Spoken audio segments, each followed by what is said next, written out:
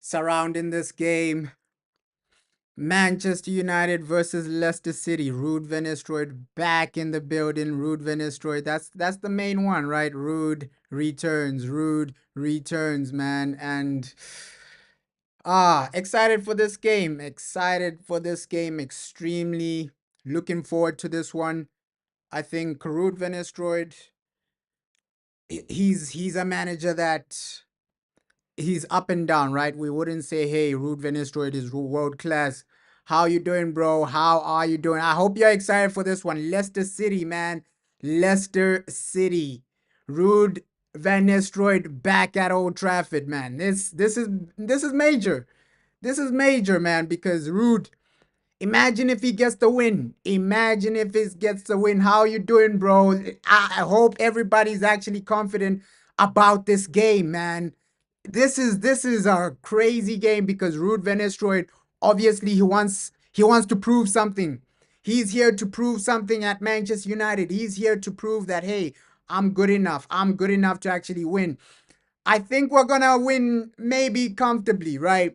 But Leicester City will get a go. I think Leicester City will get. Yeah, it was MUTV coverage, bro. Ruud versus Amorim. That's the thing. That's the thing that's exciting a lot of people, right? Ruud Van Nistelrooy versus Ruben Amorim. Obviously, both of them want to win this. We heard what Ruben Amorim said before the game. Hey, welcome back, Rude, but we're winning this. Yeah, you're gonna be welcome back with a loss. So, Ruben Amorim, he's motivated for this game, and a lot of the players. The thing about Ruud Van Nistelrooy is you can't underestimate him because he knows a lot of the players. He knows the strengths and the weaknesses of some of our players. He's coached some of our players, so he knows, okay, this guy, this is his weakness. That might have a factor to play, but most of the time it doesn't, right? Most of the time such situations don't actually affect the game, you knowing the players, but sometimes it does because you know how weak.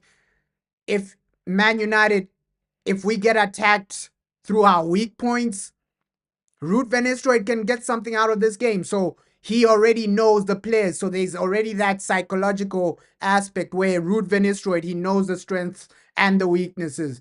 It's gonna be hard, bro. It's gonna be hard. It's gonna be hard, bro. So we all want to see Ruud Van Nistelrooy actually do well, right? But not today. Today we want to go through. We want to try and win the FA Cup.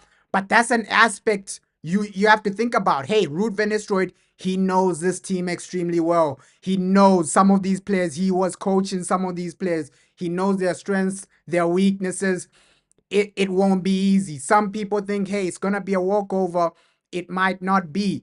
And yeah, we need two strikers, but let's see what the manager does because the previous game he didn't even start a striker, right? But today there's a lot of anticipation that, hey, Patrick Dogu, this is the guy that's gonna start. Patrick Dogu, this is the guy that's gonna come in and try to take us to the next level, man.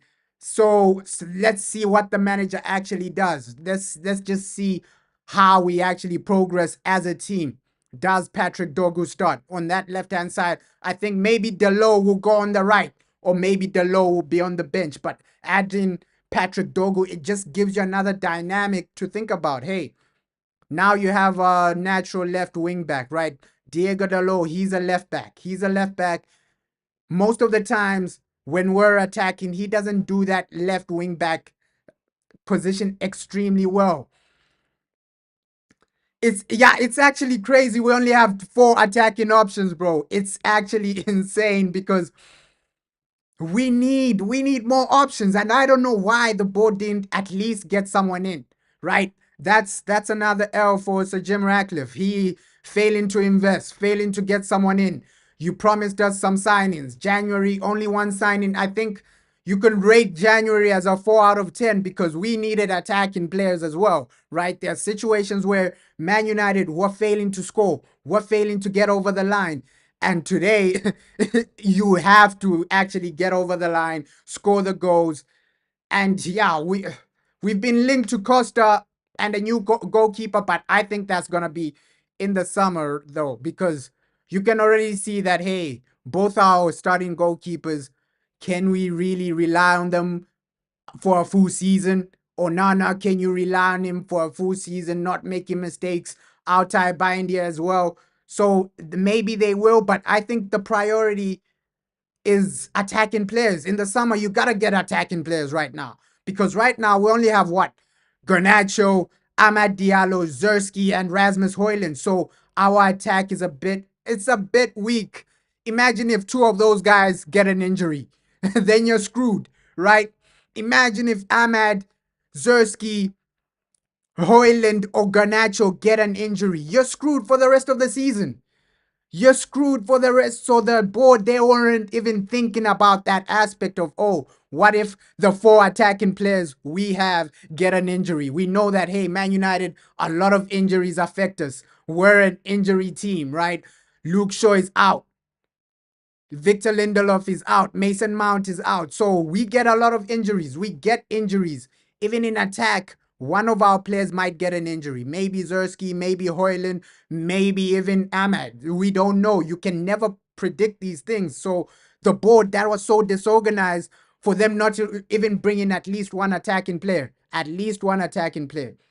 I don't think we need strikers. Højlund and Zirkzee should be able to to give us but let's see, because we just need goals in this team, right? I think fans, we don't really care who gets the goal, whether it's Zirkzee, whether it's Højlund, whether it's a midfielder. We just need to create a system that gets goals, gets us the win. And that's what a lot of fans are upset about. Where are the goals? Because there are some situations where we're only scoring goals after the 70th minute. We're struggling before the 70th minute, struggling to get a goal over the line. And then either you get a late goal, or you're drawing a game, or you're losing a game. We saw it in our other match. Goals are a problem for Manchester United. If we can get over the line with goals and things like that, please, Ahmad and Ghana, don't get injured. That's what I'm praying for, bro. I'm praying that these guys don't get injured, because we only have four guys in the attack, and two of them are strikers, two of them are number 10s, because we don't use wingers anymore, right? We use like number 10s. So I think the manager will start a similar game to last time, right? Because we know, hey, he tried Kobe Mano in that attacking position, right? As a striker. It didn't work out. It genuinely didn't work out. Let's see if the manager does that again. Because Crystal Palace, they destroyed us in that game. We failed to score against Crystal Palace. Goals are the problems. Goals are the issue. Can you get goals? Can you score something? That's the question a lot of fans want to know, man. Hoyle. Ah. Yeah, he's been linked with West Ham for 40 million, but that's a situation for like the summer, right? Let's just give a scenario that, hey, West Ham actually make a bid for Rasmus Højlund, because we know that, hey, the manager, he wants another striker. So someone like Højlund, someone like Zirkzee, they don't want to be a second choice striker, right? Let's say we bring in someone like Osimhen or Gyökeres, whoever we bring in, right? Because Ruben Amorim, he said he wants another striker. Let's say we bring in another striker. Do you see someone like Højlund staying at Manchester United to be a bench player? I don't think he's gonna do that, right? So he might consider that West Ham move, right? He might consider, okay, West Ham want me, I'm gonna be the main man, because we know that, hey, Ruben Amorim, he wants another striker. He wants another striker. The striker from Sporting Lisbon, he might bring him to Manchester United. So it might be that situation. You're right, bro. Both gone. So it might be that situation where, hey, if a bid comes in, he might consider it. He might consider it, because someone like Rasmus Højlund, he wants to be the main guy. He wants to be the guy starting week in, week out. So let's see that situation. But that's something to think about in the summer, though. That's something to think about in the summer. Let's focus on the game. And today, it's about scoring goals. That's the main issue with Man United. Crystal Palace, they destroyed us 2-0. We remember that game. You're failing to score. And I think the formation from the manager was a bit wrong, right? Because starting Kobe Maino, that was a bit of a mistake in the attack, right? In the attacking situation, in as a striker, yes, Kobe Maino, he started off well, but then it became difficult for him because he's not really a natural striker. So let's see the formation will determine this game because we do know that hey, Ruud van Nistelrooy, he knows a lot of these players. He knows their weaknesses. He knows okay, this is how you attack our midfield. Okay, if Kobe plays, this is how you. So Ruud van Nistelrooy, he knows this team. He's been coaching this team. That might be an advantage for him today, right? Him knowing these players in and out. He knows how these players operate. He knows their weaknesses. He's trained them. He's been in training sessions with a lot of these players. That's something to consider.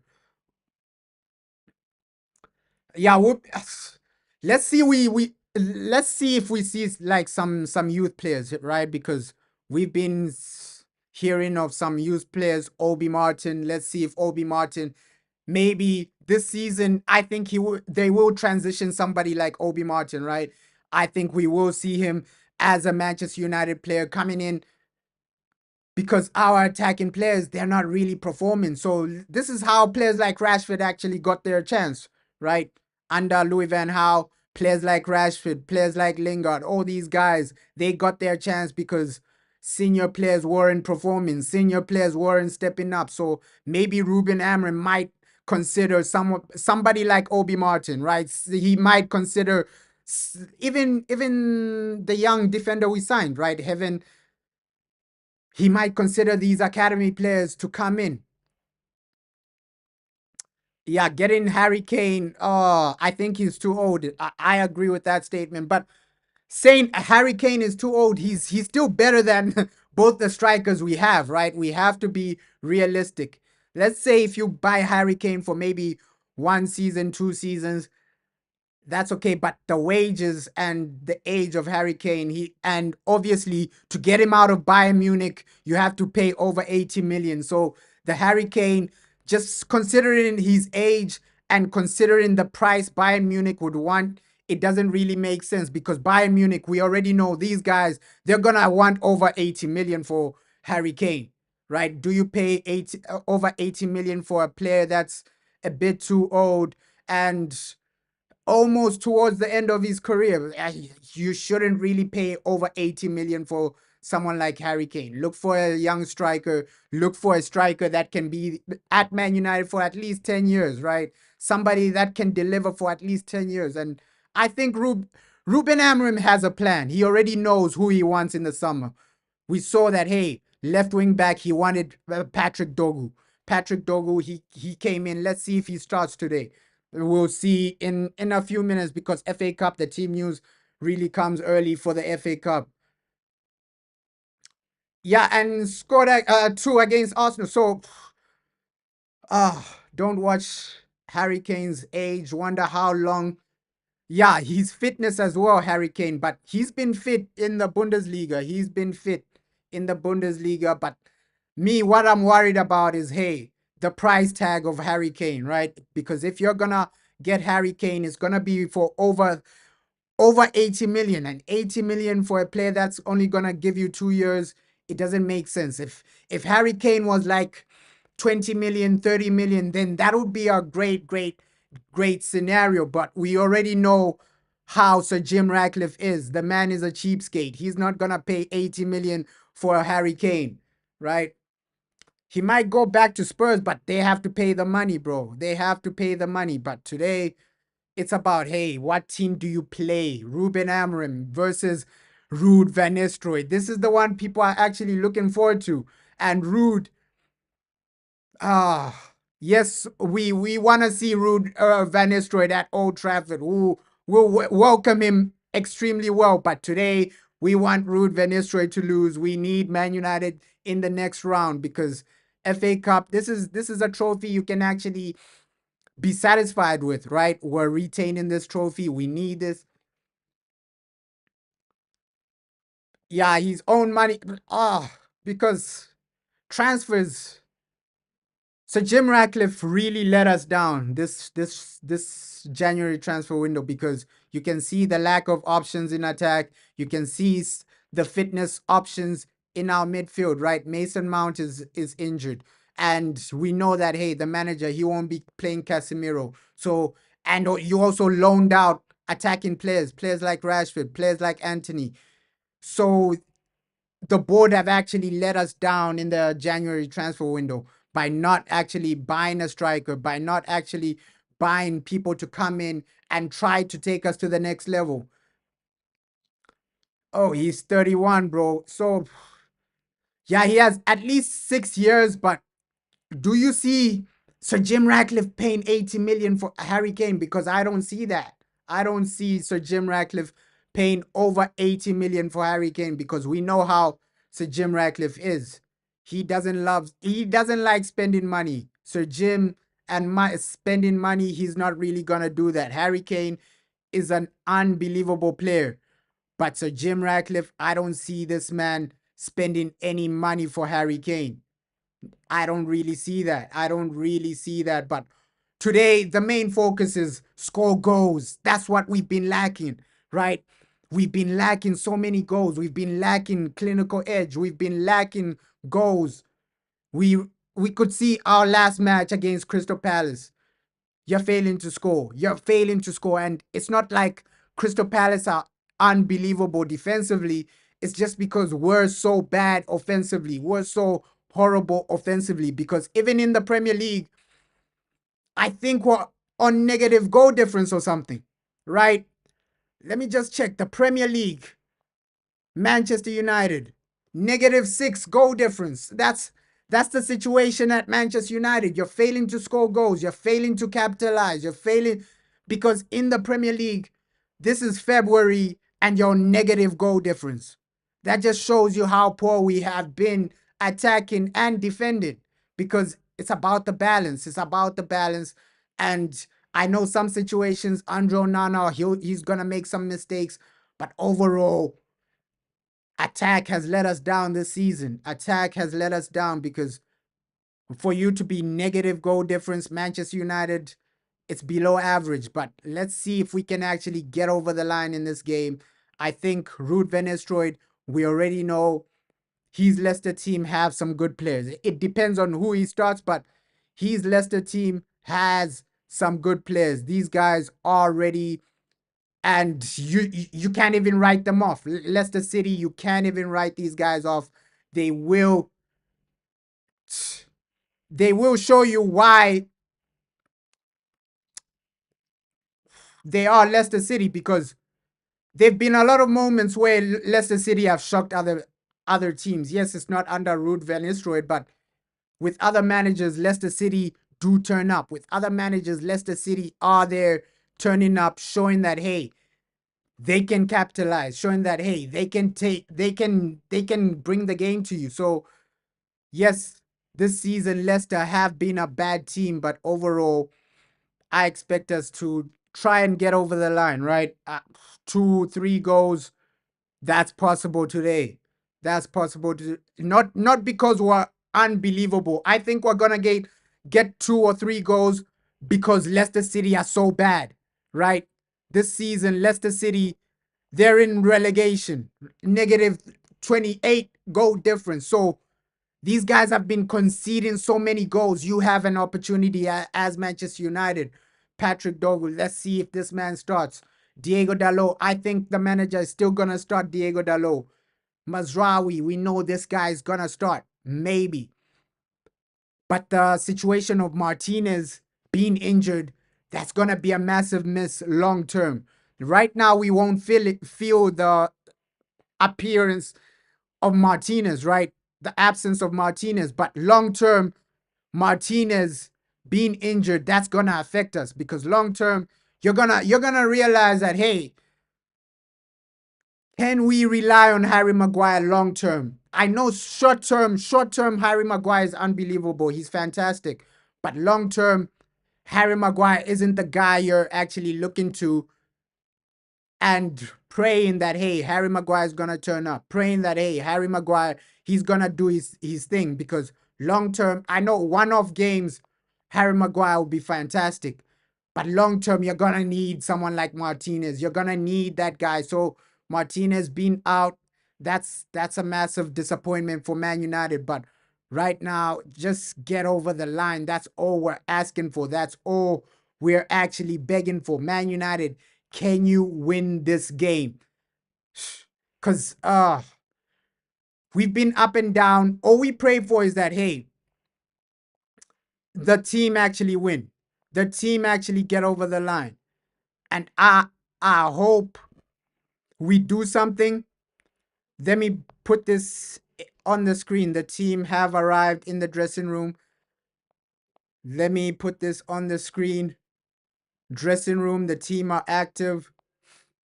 Finally arrived. Oh, impressive to see that. Hey, let me just put this on the screen. Oh, dressing room. Patrick Dorgu, he's there. He's smiling. A lot of our players are active, smiling. So this might be a game for Christian Eriksen as well, right? If you actually think about, hey, two number 10s, of course, the manager, he loves Garnacho, he loves Amad Diallo, but hey, second half, if we don't have a goal, you have to bring in somebody like Christian Eriksen. You have to just try and get over the line, try and get a goal, try and get the first result, because someone like Eriksen, he's literally there. He's one of our most creative players, Christian Eriksen. And yes, he's past his best, right? This is not the Christian Eriksen we know and love. He's past his best, but at his best, Christian Eriksen, he's unbelievable, right? At his best. At his best, this man, Christian Eriksen, he's gonna perform. He's gonna do something. He's gonna take you to the next level. So I won't be shocked if maybe even in the second half, if we see someone like Eriksen, because after this game, you have a full week of training. So, Man United, your games have been lowered down because you're out of the Carabao Cup. Your games have been reduced because you're out of the Carabao Cup. Now you can focus on the FA Cup, focus on the Europa League. The Premier League is done and dusted. You're not getting top four. You're not getting even top six. Top six is out of reach for us right now. So right now, the best thing you can do is focus on the FA Cup, focus on the Europa League. Europa League is gonna get you into those Champions League places, and those Champions League places, that's all we're actually praying for, right? Man United in the Champions League. That's all we pray for. That's all we hope for. Can we get it as Manchester United? I hope so. But right now, just get a win. Ruud van Nistelrooy back at Old Trafford, back at Manchester United. Can you get a win? Massive game for Manchester United. And overall, Wes Brown had a lot to say, right? He had something to say before the game, and I completely agree with what Wes Brown was actually saying. He's saying, hey, don't underestimate Ruud van Nistelrooy, right? Yes, Ruud isn't one of the best managers in the world, but he can pull out something out of the bag. He can actually do something that can shock a lot of people. So I agree with Wes Brown in that situation. Aiden Heaven to make that. If they're fit and ready to go and the manager thinks that they're ready and the fitness coach is, then I don't see why you won't see them at some point today. They think they're ready, but I'm pretty sure we'll see them at some point today, which is exciting. You know, we needed players to help out, and it's another game where we can get better. You know, it's another game where the manager, you can take in what the manager said and the staff and sort of put it onto the pitch and hopefully. And I agree with like Wes Brown. Wes Brown is saying, hey, it's another game to actually improve yourself. It's another game to actually get better as Manchester United. I completely agree with what Wes Brown is actually saying, because game after game, your main priority should be improving as a team. Yes, Crystal Palace, they beat you. They destroyed you at home. And you never want to see that as Manchester United. 2-0 to Crystal Palace at home. So now you have another home game. Prove to the fans that, hey, we're moving in the right direction. It's another game to improve. Every game you're learning something. Every game you're improving. And maybe Patrick Dogu, he's the guy that might improve our attack. I'm not saying he's gonna change our attack completely, right? One player can't change a whole attack.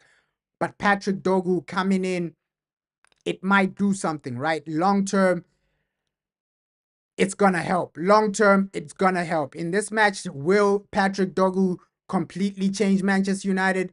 I don't think so, but long term, I think he does have something, right? Long term, I think he does have something that can actually take us to the next level. Patrick Dogu, he's not he's not the type of player that's gonna actually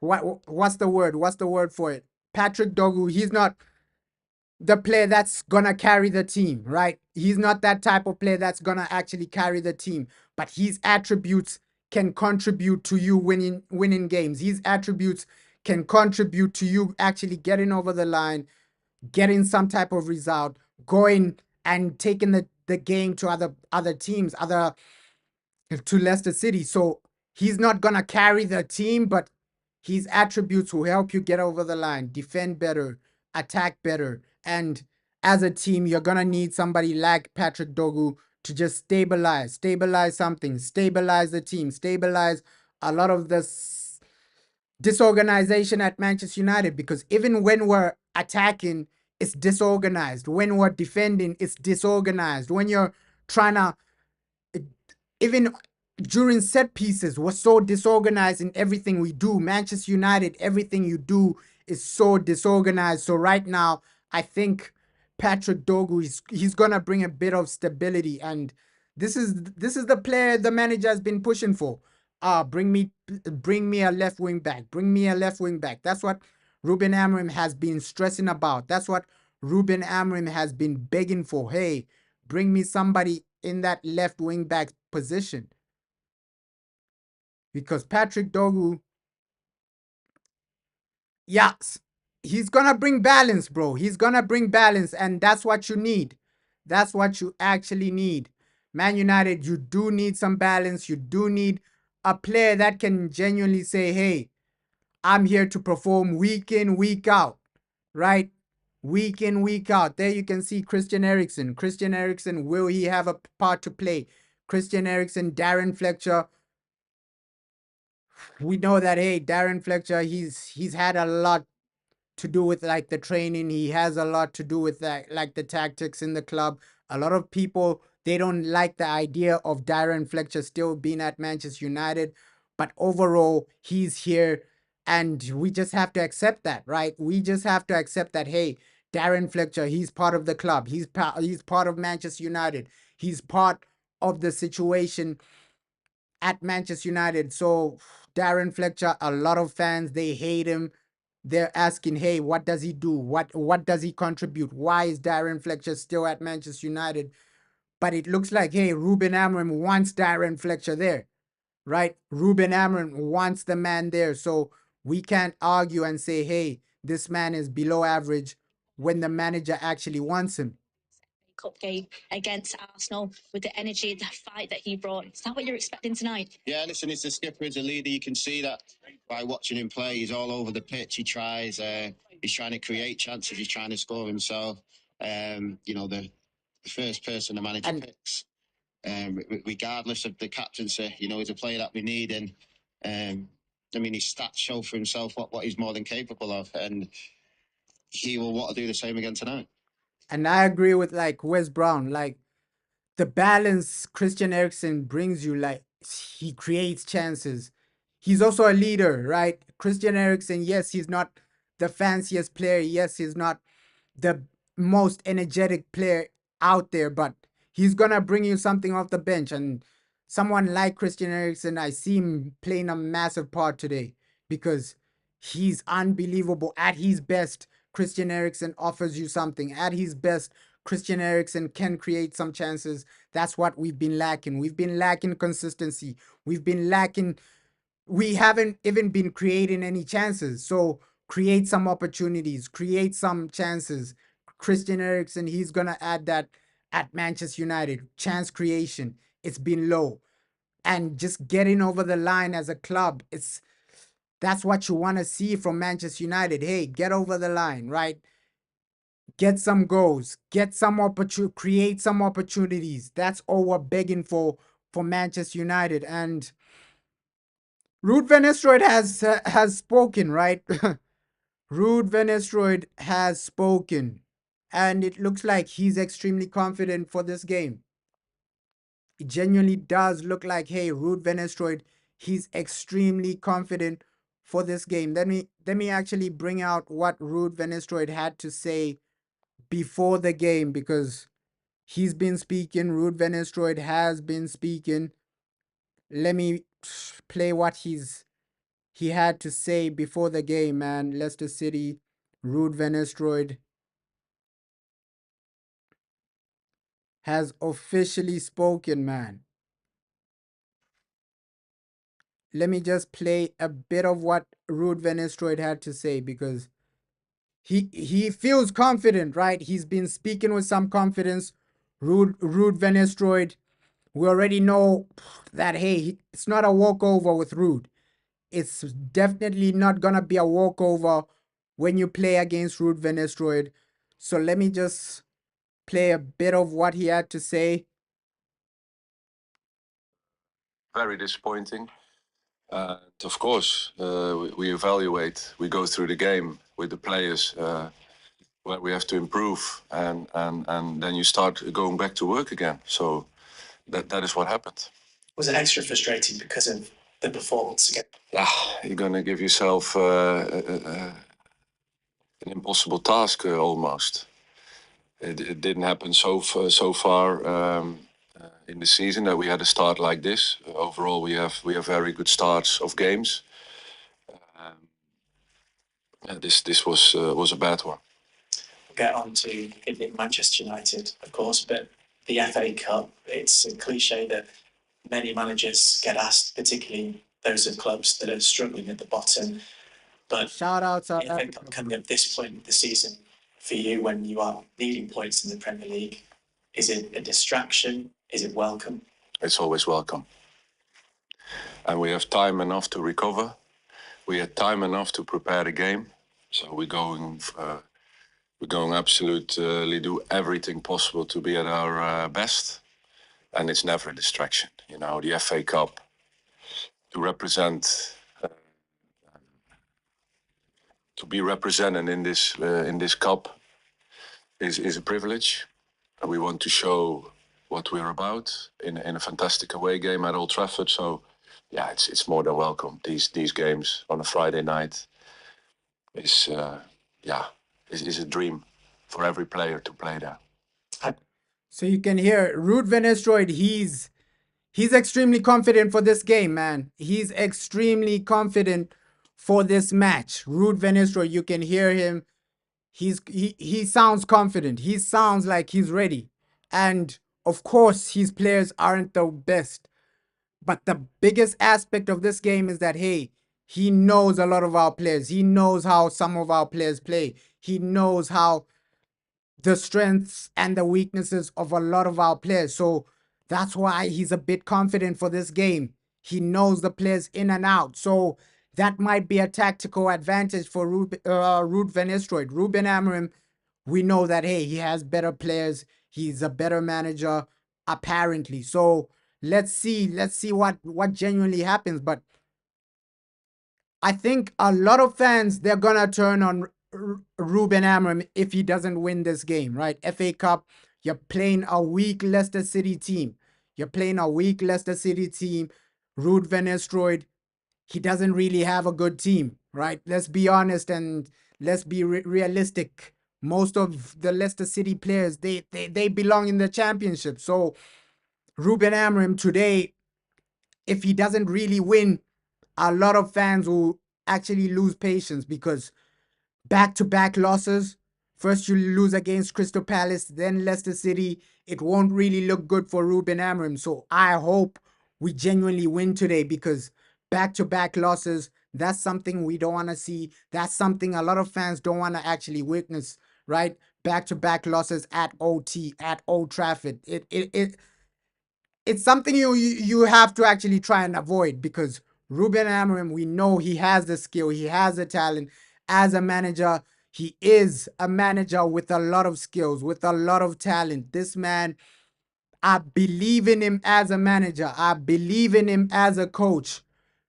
But right now, some fans only want to see results and performances, right? They're not going to give you time if you keep losing and losing and losing and losing. A lot of fans will get frustrated with that, right? Keep losing and losing and lose, especially at home. Home games, try and win as many home games as you can, because losing another game, we've already lost to Crystal Palace at home. We've already lost to Bournemouth at home. We've already lost so many games at home. Today, it's a must win, regardless, because you're playing a weak side, you're playing a weak team, a team that is actually low in confidence, right? They're in relegation. They're not really looking like they're going to do anything. And in the past 2 months, we've lost, I think, 2 games at home, right? Brighton 3-1, and also we lost against Crystal Palace. So this year, 2025, we've already lost 2 massive games at home, and the year has just begun. So that's why I'm saying, Ruben Amorim, you need to build some type of consistency. A lot of fans will get irritated. A lot of fans will lose hope in your vision. You gotta get the fans on side. The fans are the only ones that are actually gonna keep you here long term. If you don't have the fans, you have nothing. So with Ruben Amorim, let's hope he does perform today. I genuinely do hope that, hey, Ruben Amorim turns up, he shows up and shows people that, hey, I'm the right man for the job. Long term, I'm the right man to take Manchester United to that next level, to take Manchester United to that Premier League level where you're actually competing for the Premier League. You're competing for the Champions League. That's all we're praying for as Man United. Please start competing, start knocking on the door, right? Knock on the door and ask the questions. Ask the questions. Hey, can we compete? Hey, can we go to the next level? Hey, what's really going on with our club long term? Because those are the questions a lot of fans are going to have, right? Hey, long term, what's really going on? What's the vision? That's why a lot of fans are turning on Sir Jim Ratcliffe, right? They don't really know the long term vision. Today he's going to say this, tomorrow he doesn't spend in the transfer window. So Sir Jim Ratcliffe, a lot of fans don't know what to really expect from him. That's why a lot of fans have actually turned on him. They're saying, no, Sir Jim Ratcliffe, this is not good enough. Transfer window, this is not good enough. You're cutting out costs, you're raising ticket prices, everything Sir Jim Ratcliffe is doing. So long term, a lot of fans have given up on Sir Jim. Let's hope that's not the same situation with Ruben Amorim, because fans will lose patience with Ruben if he doesn't start performing. It's all about performing. Ruben, can you take us to that next level? Can you take us to a level where we're competing for trophies? We're competing for the Premier League, right? It's a long-term vision, but I think he will be successful as a manager. Ruben Amorim to the top, man. Ruben Amorim to the top. And team news, we should expect some team news just in a few minutes. In a few minutes, team news will be out. I will put that on the screen. Overall, we do know that, hey, the team is everything. This was the previous team against Crystal Palace as a striker. So we might see a similar team except for Martinez. Martinez he's injured.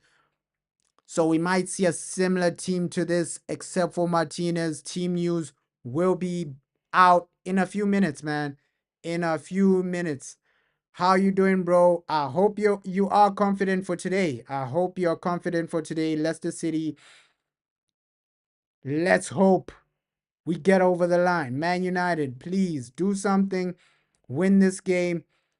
Get the 3 points. Get the result. We genuinely need this as a club, as an institution. We need to get over the line. We need to start winning games, and it's gonna be extremely interesting, just the midfield dynamic, because we know, hey, Ugarte, he's a guy that's probably gonna start. But it's Ugarte and who? That's the main question. Maybe the manager will play Ugarte in that double pivot. Hey, shout out Uganda, bro. Thanks for the support. Shout out, shout out. That's the main question. Who will the manager play next to Ugarte? I think probably he'll play Bruno, and then in the number 10 he might keep it the same. But today you have to play a natural striker, right? That situation of playing Kobe Mano as a striker, it didn't work out long term.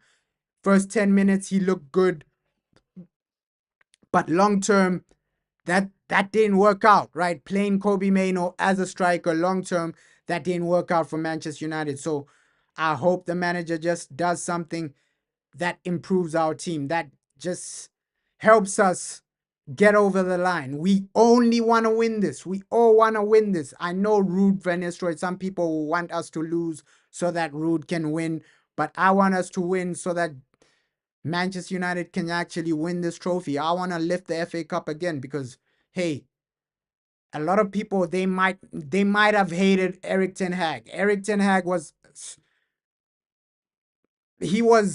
on the decline, right, at Manchester United. A lot of people they lost it with Eric Ten Hag. But what one thing Eric Ten Hag did do is win trophies. He won the FA Cup. He won the Carabao Cup. Yes, he wasn't the greatest ever manager, but it shows you that, hey, you don't have to be world class to win a trophy like the FA Cup. Sometimes it's all about luck. Sometimes it's all about, hey, the situation, right? Because we remember how we won the FA Cup. There were some situations where late winner against Liverpool. So situations like that can get you over the line. So yeah, but when does Leicester come back? They're saying 6 months, bro. They're saying 6 months.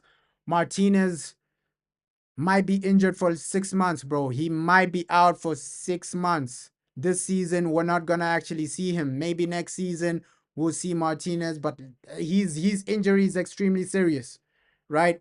We're not gonna see him for at least 6 months. That is the reports from the medical staff. The medical staff or the people at Man United, they're estimating that, hey, Martinez, he might be out for 6 months. That's the current situation we're genuinely in. So he's a massive loss, man. He's a really massive loss because right now I know Delit is massive, right? Delit is world class.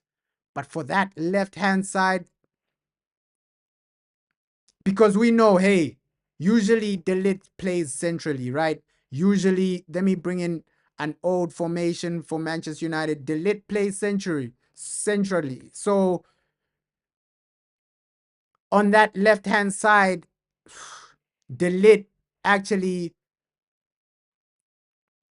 replacing our boy Martinez. It's gonna be a tricky situation because usually Delit plays in the middle and then Martinez on the left, Mazraoui on the right. Yeah, it's really bad news for us, bro. It is really bad news for us. But usually,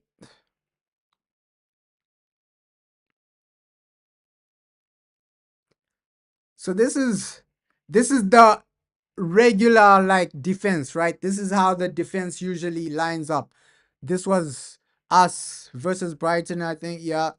So this is how the defense usually lines up. Oh, sorry, this was the Europa League team, right? This was the Europa League team. So this is how our team usually lines up. It's really bad news for us, bro. But let's train those guys to actually fit in, right? Because we know that, hey, Delit, he plays centrally. He plays centrally. Martinez is always on the left.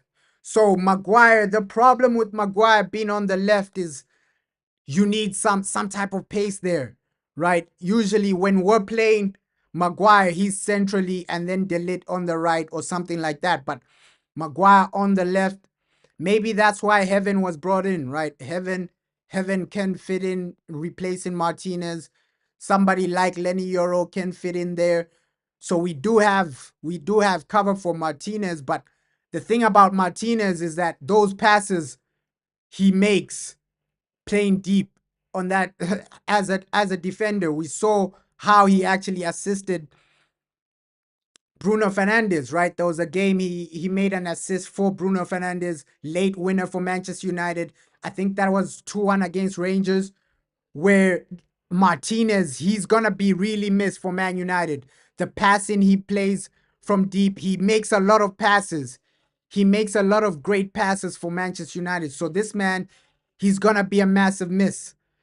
Martinez, he's gonna be a massive miss because the passing he makes, that's the thing I'm worried about. Can Maguire make the passing Martinez makes from the defense?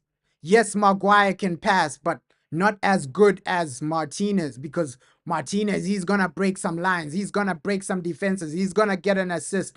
So that and Martinez, he just started getting into form. That's why I'm so upset that, hey, this man is injured for the rest of the season. He started getting into form. His passing was genuinely helping us get over the line, right? Him in defensive areas. Also, the pressing from Martinez, the aggression, the passing. Just as a defender, he was contributing so much. I think a lot of people will realize the contribution this man was actually giving us, because he was making a lot of passes from deep. The pressure he was also given from the pressing, the passing, the defending. Martinez was offering so much, even the leadership skills from he's gonna be such a massive miss. Harry's too slow. That's the thing. Playing on that left-hand side, Harry Maguire, if you're going one-on-one with a winger, yes, Harry Maguire playing where in the middle where Delete is, he's gonna be comfortable. But playing on that left-hand side where Martinez is, Harry Maguire might struggle, because that's where the pacey wingers are. That's where the pacey guys with a lot of pace are actually attacking that. So, Martinez, long term, he's going to be a massive miss for Manchester United. I think a lot of United fans will start realizing what this guy was contributing, especially in 2025. 2025, that's when Martinez started. He went to the next level as a defender. He went to the next 2025. He was just contributing. His passing was insane. Even off the ball, his off the ball movement. A lot of people realize how much this guy was contributing now that he's injured. Let's wish he's facts, bro. Let's hope he actually recovers extremely well, because next season we're gonna need Martinez. Yes, this season our Premier League season is done and dusted. We're not really doing anything in the Premier League. Our season in that Premier League is done and dusted. We're gone. We're out. But the thing is, I'm also gutted that, hey, the butcher is out, and he's out. A lot of people, they will see his impact. They will see what this man actually contributes, right? Martinez, he's a massive loss, and we already know our attacking situation. We barely have a lot of options in attack. So, Man United, it might get worse before it gets better. That's just what I'm thinking. It might get worse before it gets better. Yes, a game like Leicester City, we're gonna win. But then this month, we have so many good teams. We're playing so many good teams. Next in the Premier League is Tottenham, right? Tottenham, then Everton, then Ipswich. So those 3 games, we might only win probably Everton, right? Based on how we're playing. Based on our playing. Today, it's a must win. I think we are going to win. But I think Tottenham, that's where you're going to see how much we miss Martinez, how much Martinez is going to be missed. Tottenham game, that's where you're going to you're going to notice his absence. People will notice his absence against Tottenham, because against Tottenham, you have attacking players that will really affect the game. Leicester City right now, they're not really in form. They're up and down. They're an up and down team. I expect us to get over the line in this one. Get over the line, win this game, take the game to Leicester. they shouldn't be a team that are actually causing you too many problems, especially defensively. Yeah, he got, but at least we have Lenny Euro, bro. At least we have Lenny Euro there. Heaven, he's also coming.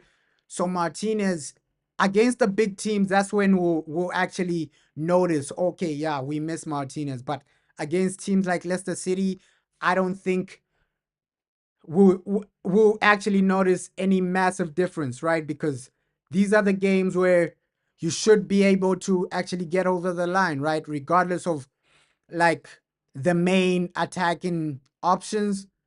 Yes, we lack attacking options, but you should be able to get over the line against a team like Leicester City. Leicester City, they haven't been great, especially in the Premier League. They've been conceding goal after goal after goal. If our attack can't get a goal against Leicester City, then it's panic stations, because if you can't get a goal against Leicester City, probably one of the worst defensive teams in the league, then we have to start panicking as a team, right?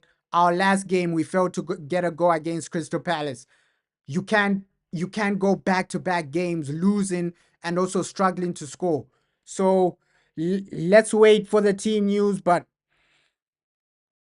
I genuinely expect, yes, Andre Onana will start this game.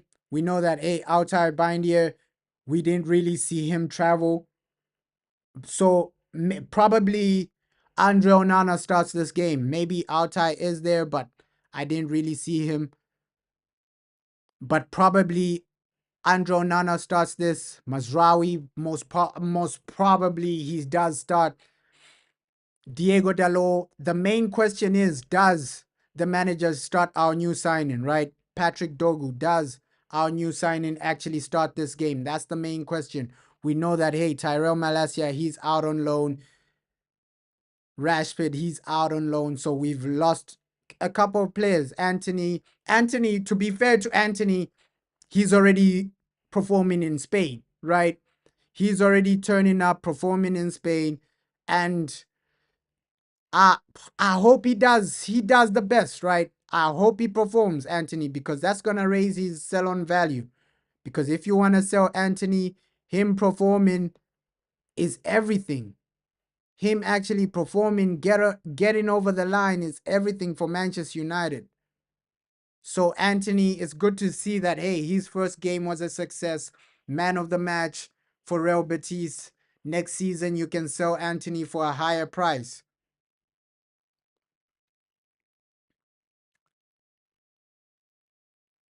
Yeah, next season, a major striker is a must, bro.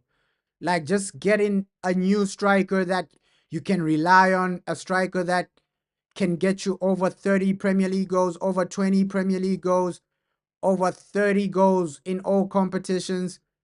That's the type of striker we actually need. At least an attacking player that can contribute goals week in, week out. Every month he's contributing with goals. Every month he's turning up. Every month he's there active.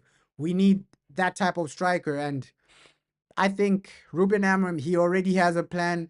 It's just that January transfer window, Sir Jim Ratcliffe let us down, right? Sir Jim Ratcliffe actually let us down. January transfer window, you know that, hey, we only have 4 attacking players and you don't bring in anyone. So you can't even blame Ruben Amorim at with that situation. That situation financially, Sir Jim Ratcliffe let us down by not bringing in another attacking player, because squad depth. We're in so many competitions. We only have 4 attacking players, so we're in so many competitions. A lot of these guys will get tired. You need to rotate the team. You need to actually get fresh legs, get fresh people. And the situation that we're in, it's scarier than people think, because a lot of people will notice this when the Europa League comes back. Because right now, yes, we're only playing 1 game a week, 1 game a week, 1 game a week. When Europa League comes back, a lot of people will notice the massive mistakes that Jim Ratcliffe has made, because you not bringing in an attacking players, We only have 4 attacking players. A lot of them will get fatigued. They'll get tired, especially when the Europa League comes. I won't even be surprised if one of them will get an injury just through overplaying games, because when the Europa comes, you're playing 2 games a week. Right now, we're only playing 1 game a week. But when Europa comes back, that's when you'll feel the effect of not bringing in another attacking player, because all our attackers, they're gonna be playing. They're gonna be playing regardless of whether you're coming off the bench or not. Zirkzee, Rasmus, both of them are gonna be playing. Either one will start and then the other one will come off the bench. Both of them will be playing. Garnacho, Ahmad, both of them, they'll be playing week in, week out. So who's gonna actually replace them when they get injured, when they get fatigued, when they get tired? That's the thing Sir Jim Ratcliffe wasn't really thinking about. January transfer window, you're just letting people go. You let Rashford go. You let Anthony go without bringing in anyone as a bench option, as somebody as an option, right? So maybe the viewpoint from the board was, okay, let's sell these guys and give the academy a chance, right? Because Obi Martin, we might see that guy, right? We might see the attacking players, maybe even Ethan Wheatley, right? We have some academy guys that can come in and fill in the positions for attack, right? They can be on the bench when you need them. They come off the bench when you need them. They come on. And Europa League, when Europa League actually comes back, oh, that's a difficult game for Man United. That is a genuinely difficult game for Man United. I think it's against Real Sociedad or something. So Europa League, our next Europa League game is not a walkover. You're gonna struggle. You're gonna feel the effect of not adding another attacking player, because Europa, it genuinely shows you. It genuinely shows you. There's no VAR today, so yeah, no VAR. We already know FA Cup, no VAR today. I don't know why there's no VAR this evening. So this has been confirmed. No VAR for today's game. But sometimes VAR, it just does us over. It's like they use VAR to screw over Manchester United. So that's been confirmed. No VAR for today's game. Team news about to drop, right? The official team about to drop. Let's see. I think the team we see on the screen, the manager might go with a similar team, right? A similar team. Maybe Doku will come in for Diego Dalot. But overall, I expect the manager to play probably a similar team, right? Ugarte, I think Bruno will be next to Ugarte. Probably Kobe Mainoo might be playing in the number 10 role. We know that, hey, Amad Diallo might start. Most probably he's going to start. It's just that left wing back's position, I'm not really sure about, right? I'm not really sure if the manager will keep playing Dalot or he'll bring in Patrick Dogu right now. That's the only position I'm not really sure about, right? Left wing back position, probably maybe Diego Dalot will start again. But a lot of fans are tired of Diego Dalot, right? I think a lot of fans are tired of Diego Dalot. I'm hearing a lot of fans complaining about, hey, Diego Dalot, why did we sell Aaron Wan-Bissaka? So a lot of fans are really, really tired of Diego Dalot. Let's see how Patrick Dogo actually does, right? Because we want all the players that play for Manchester United to actually succeed. I know Diego Dalot isn't the greatest player, but there are some games where he does turn up. They are and left wing back, it's not his natural position. So you have to be a bit lenient with Diego Dalot. Yes, when he's playing right back, that's where you ask the questions. Why aren't you playing at your best? Why aren't you overperforming? But when he's playing in a position he doesn't know how to play, right? Diego Dalot, he's not a left wing back. So the manager as well, you're playing the guy in a wrong position, a position he's never played in. Of course, he's going to struggle in some games. Of course, he's going to have a lot of bad games. So Diego Dalot, I don't really blame him for a lot of bad games he's had this season because he's playing in a position that he doesn't know how to play, right? Left wing back position is such a tactical position. You need a guy that's really there offensively and defensively because you need to be up and down. That left wing back position, it's about legs. You need to have a legs to play this type of position, and also your positional awareness has to be high. And those are two things Diego Dalot doesn't really have: legs to cover the area for 90 minutes. I think Diego Dalot, that's where he struggles sometimes, even overlapping as well. Sometimes we see some situations where Diego Dalot overlapping, he forgets to overlap. He forgets to actually create some space for your attacking players by overlapping because we don't have wingers. So basically our left wing backs are the wingers. So you as left wing back, you have to overlap. You have to do this. You have to do that. You're basically the winger in this formation. So this formation, it's a crazy formation, but I don't really attack Diego Dalot too much because he's playing a formation that he's not really used to, right? In this formation, you're basically the winger of the team. You have to overlap, you have to make the runs, but also remember to defend. Remember to drop back and help the defense. So you're helping attacking and defending wise. So it's a crazy, crazy situation, man. A crazy, crazy situation. Can you translate that for me, bro? Can you translate that for me? I think that's Mandarin. Shout out, bro. Shout out. And I hope we do win today. I hope we do win today. Leicester City, Man United. And there we have it. There we have it.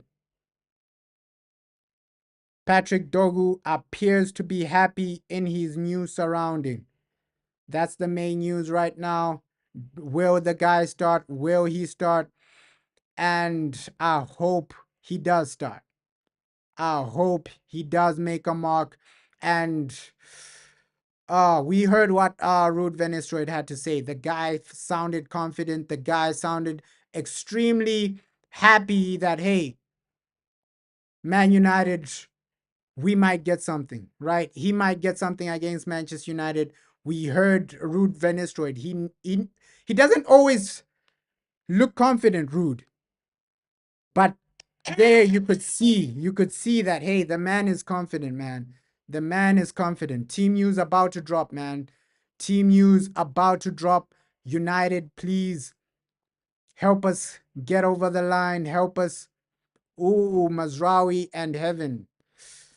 Mazraoui and Heaven in the locker room, just exchanging some words, man. Ah, can we win this? That's the main question for today. The lineup is something that I'm looking forward to, but it's about the result. Can we get a result today? And here we have it. Ruud van Nistelrooy returning to Old Trafford, man. The big man, Ruud van Nistelrooy. Let me put this video on the screen. Let me put this video on the screen. Ruud van Nistelrooy is entering the stadium. He's at the stadium. He's already on the field. Let me put this video on the screen, man. Wow, Ruud van Nistelrooy back at Old Trafford. It's great to see. It's amazing to see. My manager, Ruud van Nistelrooy, man, back at Old Trafford. Let me put this on the screen. Unbelievable. And he's smiling. He's smiling like crazy, Ruud van Nistelrooy.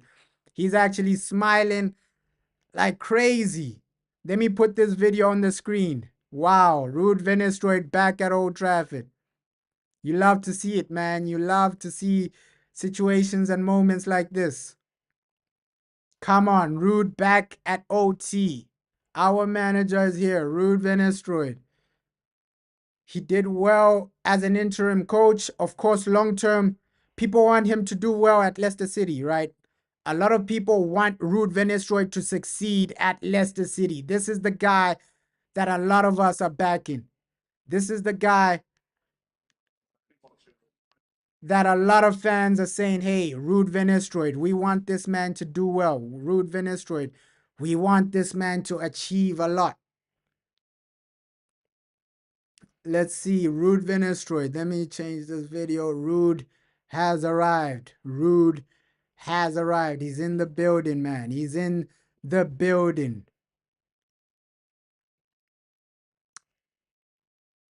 There we go, man. Let me put this on the screen. Ruud Van Nistelrooy is in the building. There he is. There he is. Ruud Van Nistelrooy, extremely confident, extremely excited. Back at Old Trafford. Ruud Van Nistelrooy back at OT. Wow. This is massive. This is massive, man. Ruud is here, man. Ruud is here. Welcome back, Ruud Van Nistelrooy. Welcome back. This is great to see. This is unbelievable to see, man. Ruud Van Nistelrooy back in the building. Great to see. Great to see. Let's hope he loses, but it's great to see that, hey, Ruud Van Nistelrooy back at Old Trafford. Manchester is his home, and yes, today he's our rival, but long-term, Ruud Van Nistelrooy, he's a legend. We always want the best for him. We always want him to succeed. We always want him to do well. Let me put up the team news, right? The team news about to drop. Just 8 minutes to go, man. 8 minutes until the team news actually drops. FA Cup, they've literally held back the team news. Usually the team news is earlier than this, but it looks like Man United have gotten rid of a lot of leaks. There've been a lot of leaks at Manchester United that has been sorted out. Ruben Amorim has sorted out all the leaks, all the people that used to leak the team. Usually the team used to be leaked like an hour before, 30 minutes before. But now that's not the situation. A lot of the leaks have been cut out from Manchester United. It's great to see. It's unbelievable to see, but right now it's about winning the game. Guys, can you win this game? Go to the next round. We need to lift this trophy again. Ruud Van Nistelrooy is always, always welcome at Manchester United. Always. This man is gonna be forever a legend. Forever a legend. And let me also put this picture on the screen, right? We can see Ruben Amorim, his facial expression as well before the game. Let me put this on the screen because this is interesting, man. This is interesting. Usually before the game, Ruben Amorim, he looks serious. He looks like, hey, he's focused. But today, he looks relaxed. He looks genuinely relaxed, Ruben Amorim. Let me put this on the screen. He looks genuinely relaxed. Ruben looks genuinely relaxed. Let me put this on the screen, man. He looks genuinely relaxed. Look at this. So this is Ruben Amorim in the dressing room. He looks genuinely relaxed. He looks genuinely happy. And even before the match, his interview, he was saying, hey, we're going to win this. He was so confident that, hey, we're going to win this. So both managers coming in confident, but only one manager will go end this day smiling, man. Only one manager will end this day smiling. Ruud Van Nistelrooy versus Ruben Amorim. Who's going to be victorious today, man? Who will actually get over the line? Team news about to drop. Come on, United, man. Come on. We just need a win. We've been struggling so much. We've been, our team has been up and down. We just need something. We just need something, United. We just need something. And wait, let me just put this here.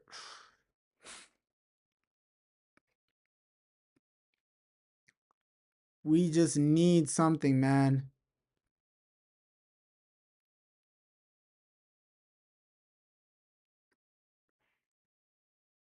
Come on. There we go. Rude Van Nistelrooy, man. Showing up, turning up. I'm coming just now. And he score himself.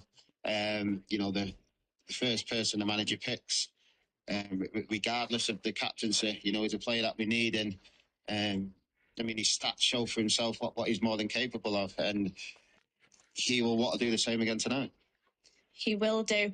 Now, we have got a little footage here of Ruben Amorim arriving a little bit earlier on, just before we were here. Clearly, he wanted to get ahead We of are our manager. his Rude. players arrived.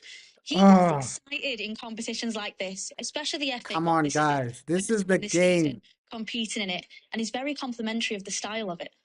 Yeah, I mean, it's This you've is got, the you've game, got the guys. history of it first, but every club, you know, from the start of the FA Cup, which starts in the summer, you know, can be involved to try and make their way to these stages. And every year you see the smaller teams beating the bigger teams. There's nothing better for fans, really.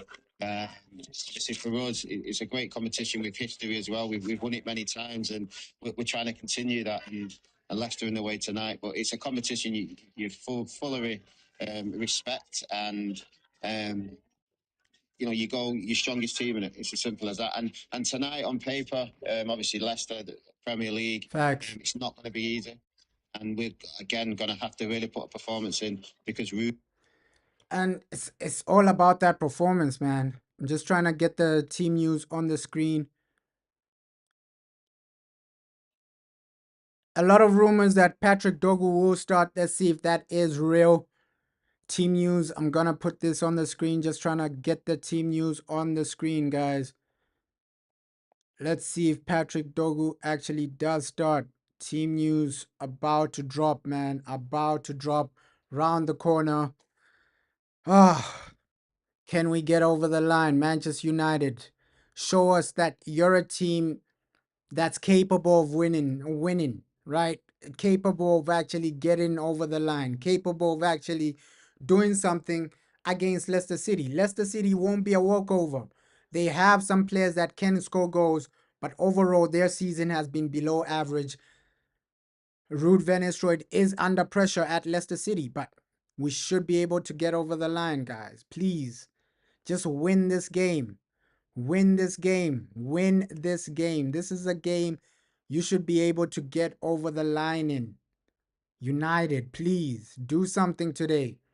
Do something today. Oh, come on, come on, come on, come on. Team news. Here we go, man. Here we go. Let me put that on the screen. Come on, United. We need this. We need this. Let me just get the team news on the screen. Because people spoke about Altay Bayinde being that. Just getting the team news right now. Why have you put Andre Onana in there tonight? Listen, I just feel throughout the season he's a number one keeper, still just. I mean, it's great that the manager. You normally don't see this, but giving the second keeper a chance, really. But I think we still got to stick by him, and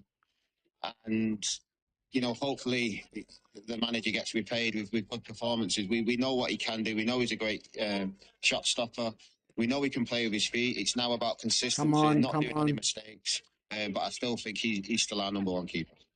You also have picked for your first scorer, Bruno Fernandes. Now, we've seen how important he was during our previous FA Cup game against Arsenal with the energy and the fight that he brought. It's not what you're expecting tonight. Yeah, listen, he's a skipper, he's a leader. You can see that by watching him play. He's all over the pitch. He tries. He's trying to create chances. He's trying to. My software is so slow, guys. My software is so slow trying to get the team news up and ready. But let me put the Leicester team news on the screen. The Leicester team is officially out. Let me put that on the screen, guys. But for us, our team is everything, man. Let's see who genuinely starts. Let me put the Leicester team on the... Oh, wow. Patrick Dogu starts. Patrick Dogu starts for Manchester United. Leicester team is out as well, but for Manchester United, Patrick Dogu starts his first Manchester United game in the FA Cup. So Patrick Dogu starts today. Massive, massive, massive for Manchester United. Patrick Dogu starting his first game. That's massive news. That is massive news. But here's the Leicester City team. Let me also get the Manchester United team on the screen. So this is the Leicester City team. This is the Leicester City team. So Patrick Dogu starts. Leicester City, that's the team. Manchester United, let me get the team on the screen, man. Patrick Dogu, first game, and he's already starting. You can already see how much confidence the manager has in Patrick Dogu. Already starting. Diego Dalot as well starts. Mazraoui, we expected Mazraoui and Bruno to start, but it's a good team. It's a good team today. It's a good team today. It's a good team. Rasmus Højlund back into the starting lineup. So the manager does start with a striker today. Massive, massive team news, right? This is massive, massive team news here. This is a massive team news, man. Let me add another. Come on, massive team news here. Add this. So Patrick Dogu starts. Sorry, bro. My system is so slow, bro. My system is so slow to get these things on the screen. So these are the two teams today. These are the two teams today. Crystal Palace against Manchester United. So these are the two teams. Andre Onana, Mazraoui, Maguire, Bruno Fernandes, Rasmus Højlund, Patrick Dogu, Lenny Yoro, Amad Diallo, Dalot, Ugarte, Kobe Mainoo. So wow, this is major. This is major. Alejandro Garnacho dropped and on the bench, right? Garnacho dropped, De Ligt dropped, Heaven on the bench. So a lot of people are unsure, is this Heaven guy a first team player or an academy player? But today, Heaven is a first team player. We can see him on the bench. So Heaven is on the bench. Christian Eriksen on the bench. So Heaven, he was signed as a main starter, right? A first teamer. So Heaven, he was signed as a starting main guy, right? He's not an academy player. A lot of people were thinking, hey, this guy's gonna be an academy player, but Heaven, he's for the first team. That's why they unveiled him at Old Trafford, right? So massive team. This is massive team. So Patrick Dogu on the left, Diego Dalot on the right. The defensive three will be Maguire, Mazraoui, and Lenny Yoro. It's a good team. And the two number 10s, I think Bruno will be playing next to Ugarte, and then Kobe Mainoo in the number 10 next to Amad Diallo. That might be the team.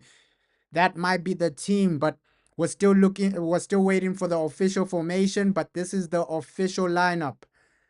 Patrick Dogu makes his debut, and Heaven is on the bench, right? He's not an academy player. A lot of people are thinking this man is going to be an academy player, but he's on the bench. He's a first team player. He was unveiled at Old Trafford.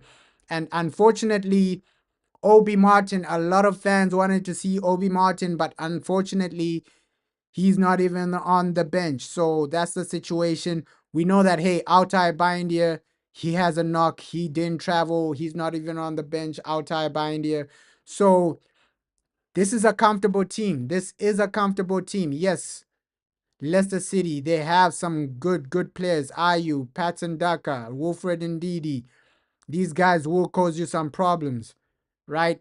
Leicester City are not a joke. They are not a joke. Garnacho is on the bench, bro. Garnacho is on the bench, bro. So, wow. We We genuinely just need to win this. We genuinely just need to win this game, get over the line, and go to the next round. Patrick Dogu starting his first game for Manchester United against Leicester at Old Trafford. Patrick Dogu starting his first game. On their X account, and the big news is that new signing Patrick Dorgu starts. He'll make his full debut tonight against Leicester, and their other January signing from Arsenal, Aiden Heaven, is Aiden Heaven as well, man. Aiden Heaven. He's not an academy player. Casemiro is on the bench, bro. Casemiro is on the bench. We know that, hey, the manager doesn't really fancy Casemiro. He doesn't really like Casemiro. Casemiro hasn't started a game under Ruben Amorim. He barely plays under Ruben Amorim. So Casemiro, he's on the bench, bro. He's on the bench. And yeah, that's been the situation with Ruben Amorim. Ruben Amorim doesn't really like Casemiro. So Cass is on the bench, Garnacho on the bench, Ericsson on the bench. But those are players you can bring on and actually see if they have an impact. Toby Collier, we know, hey, if you're failing to control the midfield, you can bring on Toby Collier for something. I think you're saying 3-1 Man United. I think we will win comfortably, bro. We will win comfortably. Today, comfortable win for United. I don't expect us to really struggle in this game. But massive, massive, massive, massive. The lineup from Leicester is also good, man. The lineup from Leicester is also good. And we should be able to actually get over the line with this, man. The lineup from Leicester City is actually good. It's pretty decent, man. It's pretty decent. Pretty decent lineup. Come on, United. Just do something today. Do something today. We just need to win. Win this game. Win this game. And let me put the official formation, but it's going to be the same type of formation, really. Rasmus Højlund as the number 9. Patrick Dogu in that left-hand side. going to save him for the league. That's the most important thing. Massive game, man. Massive game. Come on, United. Just get over the line. That's all we are asking for. Let me get this video in. Let me get this video on the screen. The players in the dressing room.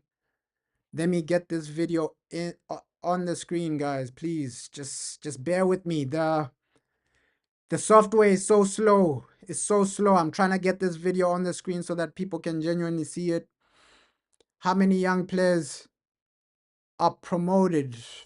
I think it's only Toby Collier, to be honest. That's really getting some game time from the academy this season. But I think Ruben Amorim will promote more young players. He will promote more young players, man. Come on.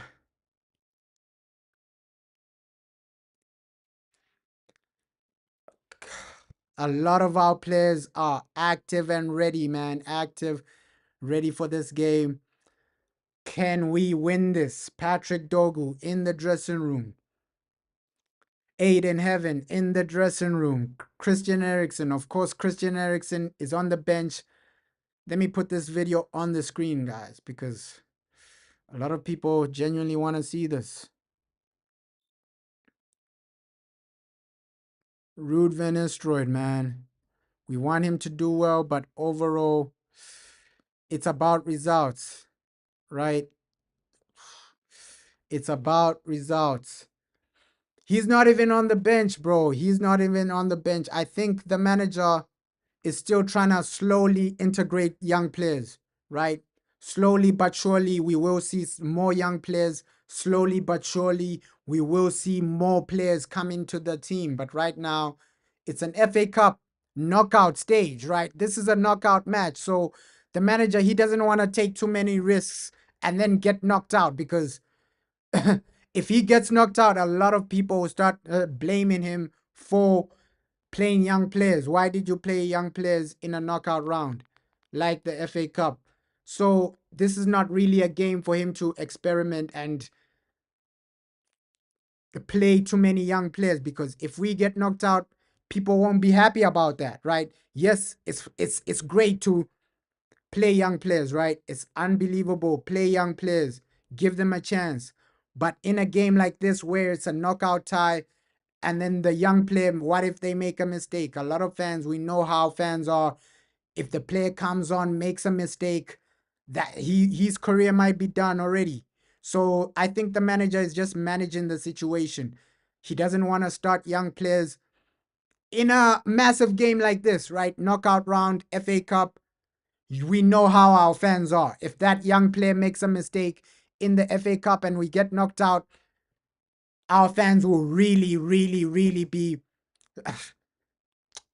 giving him a lot of hate, a lot of stick for actually messing up the FA Cup. So young players, I don't see the manager taking that risk, especially in a game like this. A game like this where you need to win. It's a knockout game. Anything can happen. Trying to get this video on the screen, man.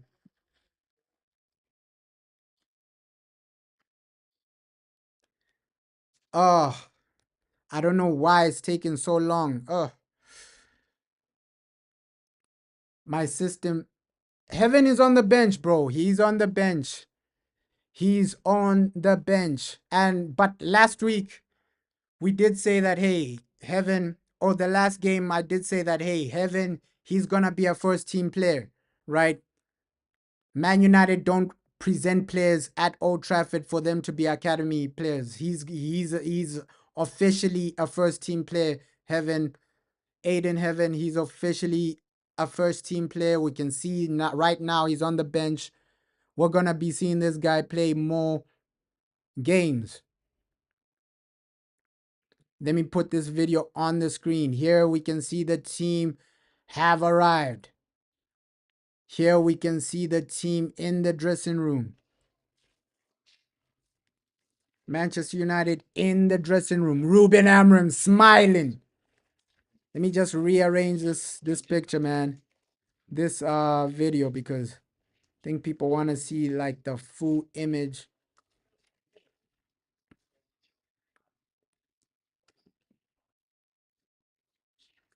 There we go. The full team ready for the game, man. Ready for the game, man. Come on. Can you win this? Rude Van Nistelrooy back at Old Trafford. Manchester United, can you win this? Can you get over the line? That's the question a lot of fans are asking. United, you gotta win this. Entertain the fans. Ruben Amorim smiling, ready. Andre Onana. Everybody looks confident. Everybody looks confident, and that's what you want to see from a club like Manchester United. I know the video, it took long for me to bring the video on the screen. Apologize for that, guys. My laptop is so slow, guys. I truly apologize for, like, hey, the video took so long. This video should have been up 15 minutes ago, but it was just processing. The laptop was just processing for 15 minutes. And this video is a bit late, but you can see the players are in the dressing room, right? Diego Dalot, all the players are ready. Patrick Dogu, all the players are ready. Ogarte, all these players. This is your time to actually knock out Leicester City, go to the next round. Mazraoui, this guy has been so consistent this season. Let's hope we see some consistency today from all the players. You can see a lot of the players are smiling today. A lot of the players are smiling today. Kobe Maino. Come on, guys. Just win this for Manchester United. Win this. Bruno Fernandes. We need a massive performance from our captain. You're the captain of Manchester United. We need a performance, right? Doku, Heaven. I see Aiden Heaven coming on in the second half. He might genuinely come on in the second half to do something, right? if we're not really performing extremely well, the manager might just bring Aiden Heaven to seal out the game, right? Bring in more defenders. We've seen him do that a lot of times. Sometimes he brings on Lenny Euro in the second half. We saw in previous games him bringing on Lenny Euro, but now that Martinez is injured, Lenny Euro will be the guy starting, and then Aiden Heaven will be like Lenny Euro.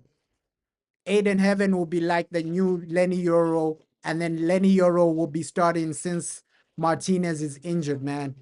But we can see Delit is also on the bench, so we have defensive options. We have a lot of defensive options, right? I don't know how good Aiden Heaven is, but we're gonna find out in a few months, right?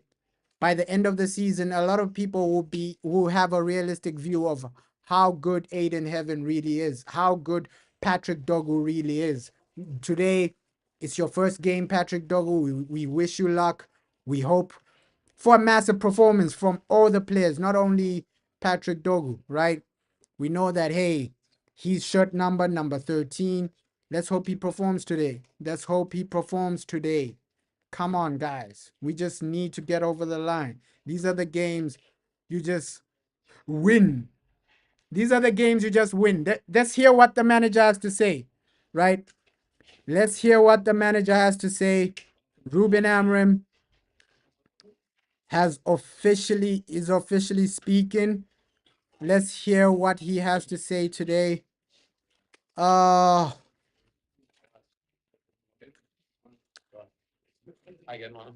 Let's hear what the manager has to say before this massive game.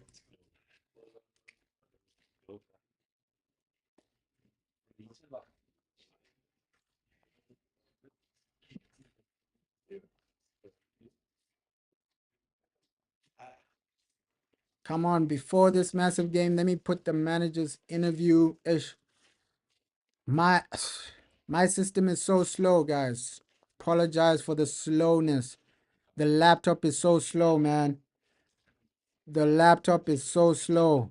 Trying to get the manager's interview on the screen. Let's hear what the manager has to genuinely say.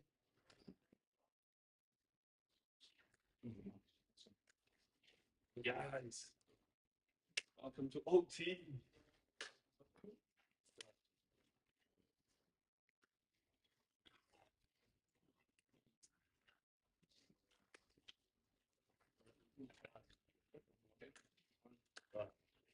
I get one.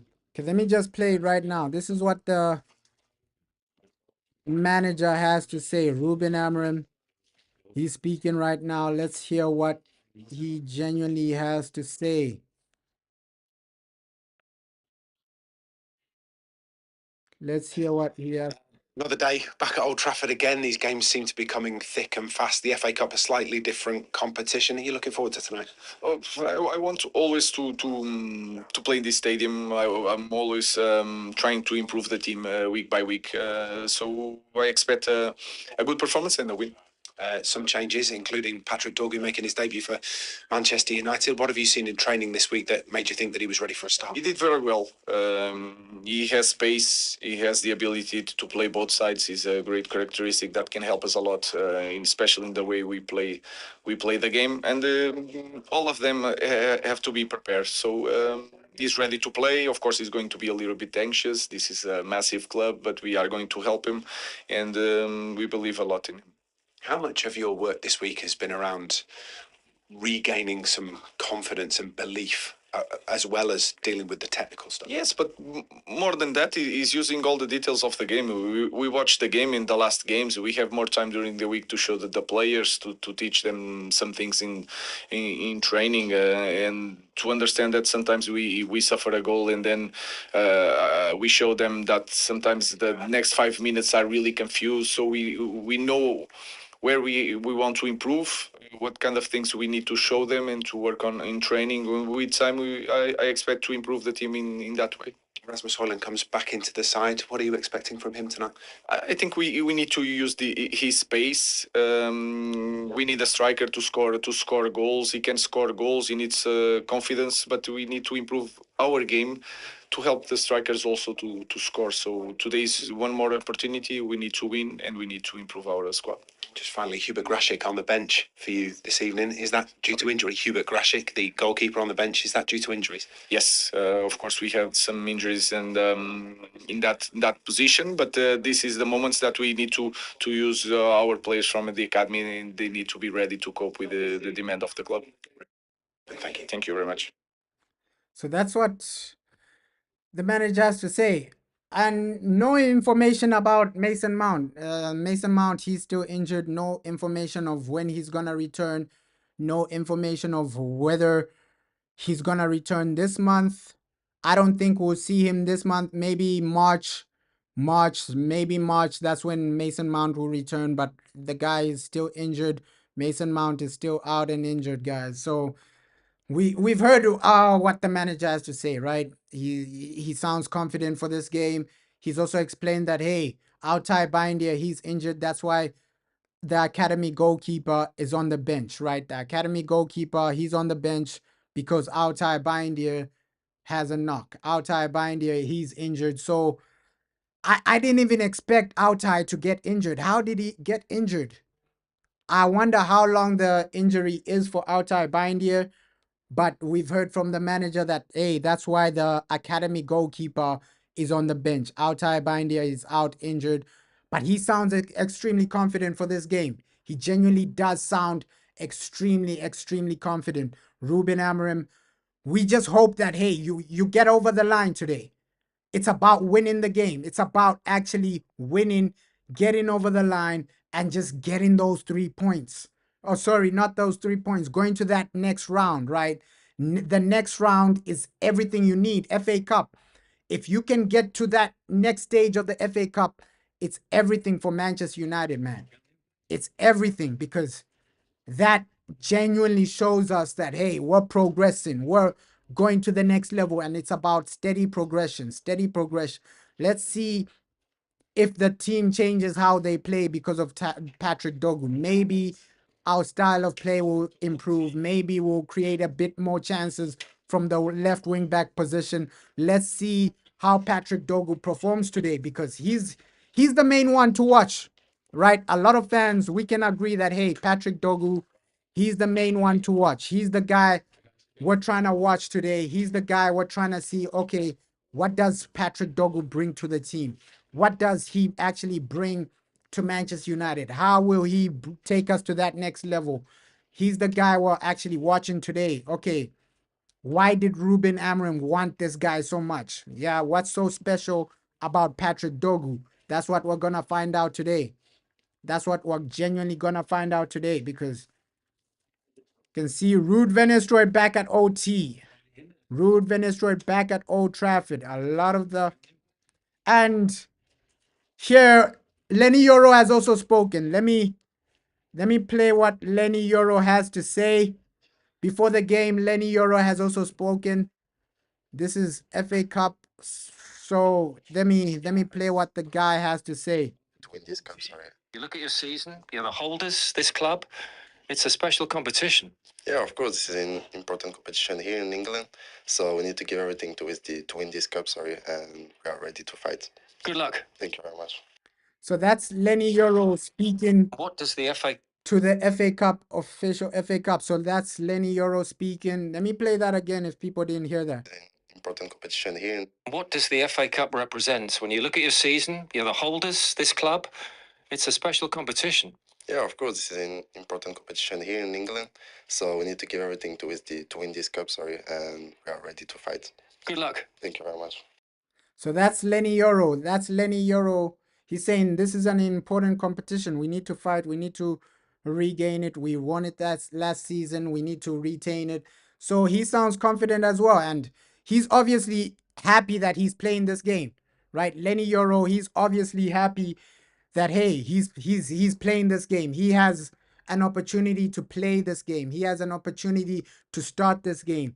Lenny Euro, as a young defender, you always want to play. You always want to start games. And FA Cup, Leicester City, Ruud van Nistelrooy, this is your chance, right? Patrick Dogu, show us what you got. Show us why the manager really loves you, right?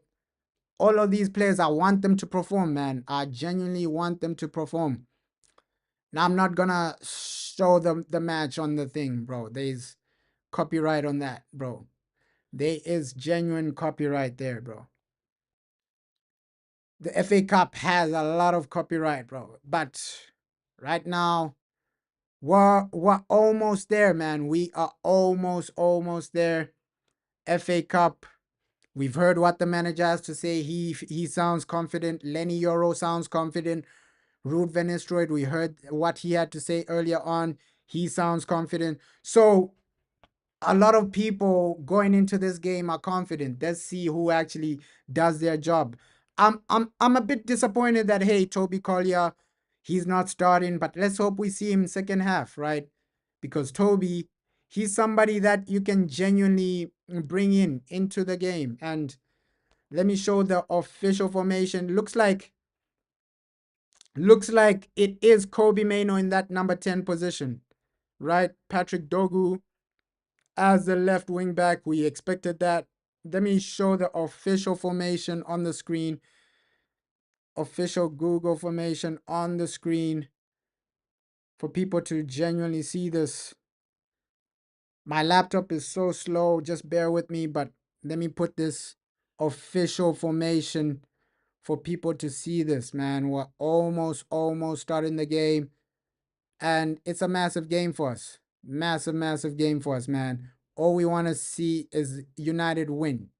Can you win, get over the line, and just shut Leicester City down, man? Leicester City, they shouldn't even have hope of beating Manchester United. They shouldn't even have any type of hope beating Man United, man. Leicester City, they shouldn't be having any hope. So this is let me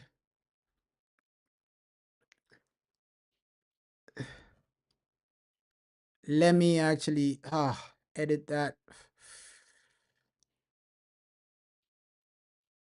So this is the official formation for today. And it's not a 4-3-1, but 4-3-4, 3-4-3, sorry. But we know the formation the manager usually plays. Two number 10s, Diallo and Kobe Mano. Looks like they're gonna be the number 10s today. Looks like Bruno, he's gonna be playing next to Ugarte. So this is the official formation, Google formation. So Google, they're always genuinely reliable with their formations. And we can see, okay, Lenny Euro, he's gonna cover up for where Martinez usually plays. So he's gonna be on that left-hand side with Patrick Dogu. So Lenny Euro, Patrick Dogu. That left-hand side has a lot of pace, right? Because Patrick Dogu, he's not slow at all, right? He's far from being a slow player. Because if you actually judge someone like Lukaku, right? Lukaku, I think everybody can say that Lukaku is a fast individual. He's a fast football player. But Patrick Dogu, apparently he's faster than Romelu Lukaku. Lukaku, he's not a slow football player, right? So Patrick Dogu, he's faster than someone like Lukaku. So you already have pace from somebody like Patrick Dogu. He's coming in with some type of pace. I'm not saying he's the fastest of all time, but he has some type of pace. Lenny Euro, he's not the fastest, but he's not slower at the same time. So that left-hand side, you have a lot of fast individuals. The right-hand side, you have players that are technically secure, right? Mazraoui, he's technically secure. I think also Diego Dalot in some situations. Joshua Zirkzee is on the bench, bro. He's on the bench. I think the manager doesn't really favor Joshua Zirkzee too much. I don't know why, but we see Joshua Zirkzee holding the bench a lot of times, man. In this Ruben Amorim system, Joshua Zirkzee is more of a bench player. He's more of a bench player right now. So Zirkzee, bench, and let's just hope we can do this, man. Manchester United, get us over the line. That's all we're begging for. Get us over the line, win the game, and do something. Do something for us today. Win this game. And a lot of fans were asking the questions. How far can we go? How many goals can this team score? Scoring goals has been uh a situation where Man United are up and down. Scoring goals hasn't been our best situation. It hasn't been the best for Man United. Scoring goals hasn't been the best for Manchester United, man. We are barely finding the goal. We are barely finding. We're barely scoring goals, man. That's where we need to improve. Crystal Palace, you're failing to score. All these other teams, you're failing to score. So today, I think the team, it is good enough to get a goal or two. Patrick Dogu, he adds something on that left-hand side. He adds a lot of quality. He adds a lot of pace. And Lenny Yoro, we know how quality this guy is on his best day. Yes, sometimes Lenny Yoro does underperform, but at his best, he's a good defender, right? People like Rio Ferdinand always back in Lenny Yoro, and we know Rio Ferdinand as a defender, he knows other defenders who are really quality. He knows that, hey, Lenny Yoro, he's a quality individual. So let's see what we can genuinely expect today, man. We can genuinely I just want this team to win, man. I just want this team to win. And of course, FA Cup. Welcome to OT. It's a crazy situation. Yeah, some of these players are lazy, bro. They are lazy. A lot of our players are lazy, bro. They are extremely lazy. In some situations, they only turn up in big games, right? That is the criticism I have for some of these players. Sometimes they only turn up in big games. Sometimes they don't want to turn up at all. So we already know how lazy a lot of our players are. We already know how lazy a lot of the players can be, man.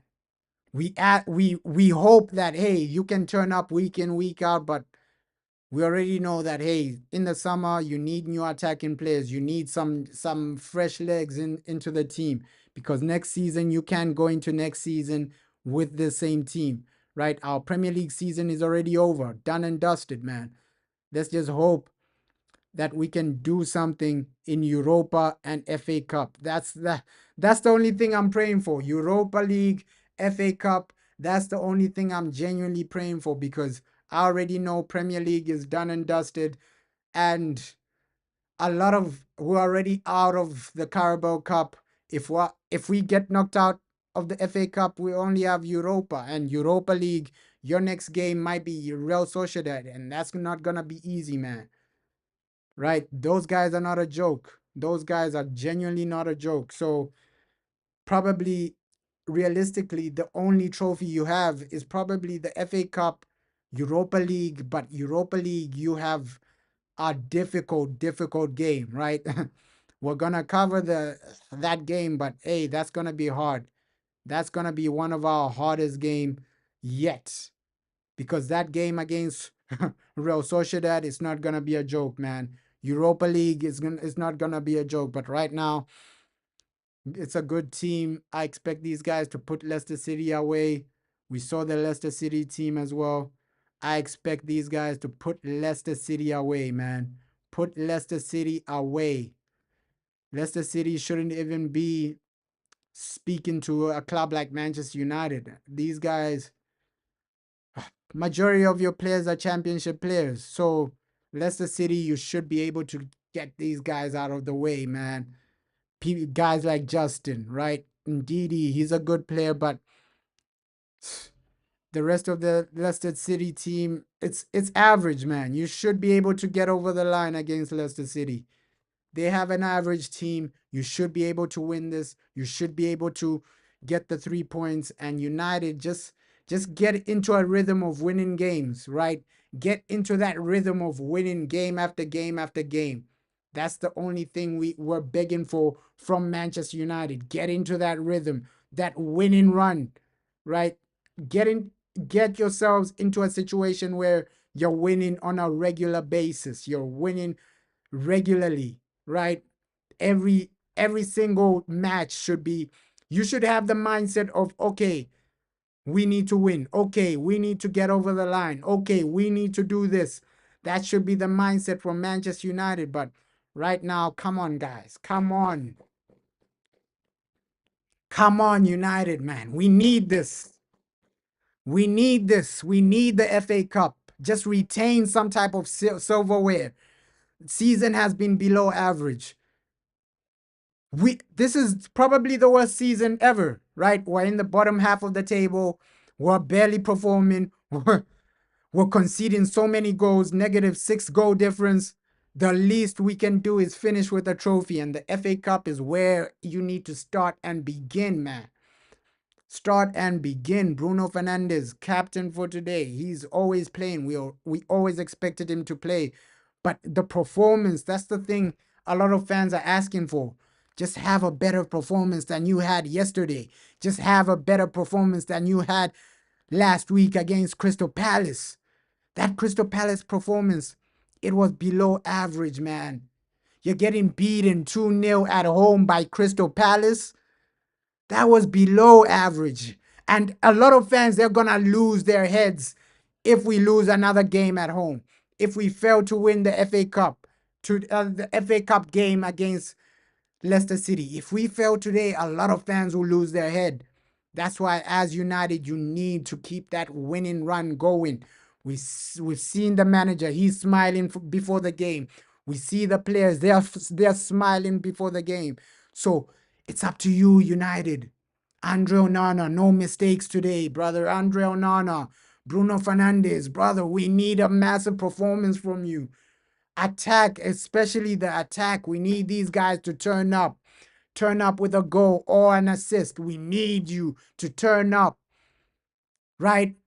We've been through so much this season, so much heartbreak, so many low moments, right? Liverpool 3-0, that was a low moment.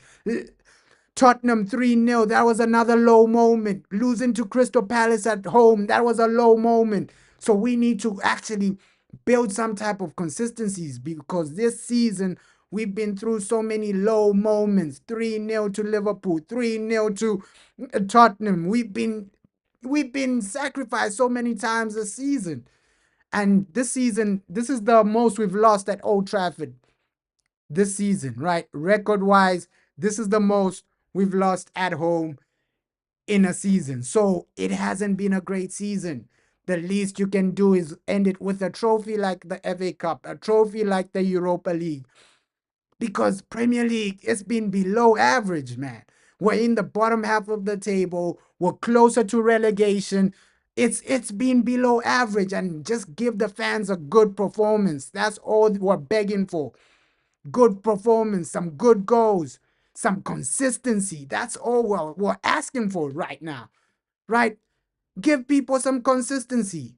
Harry Maguire, I think Harry Maguire this season, he's turned up in some games, right?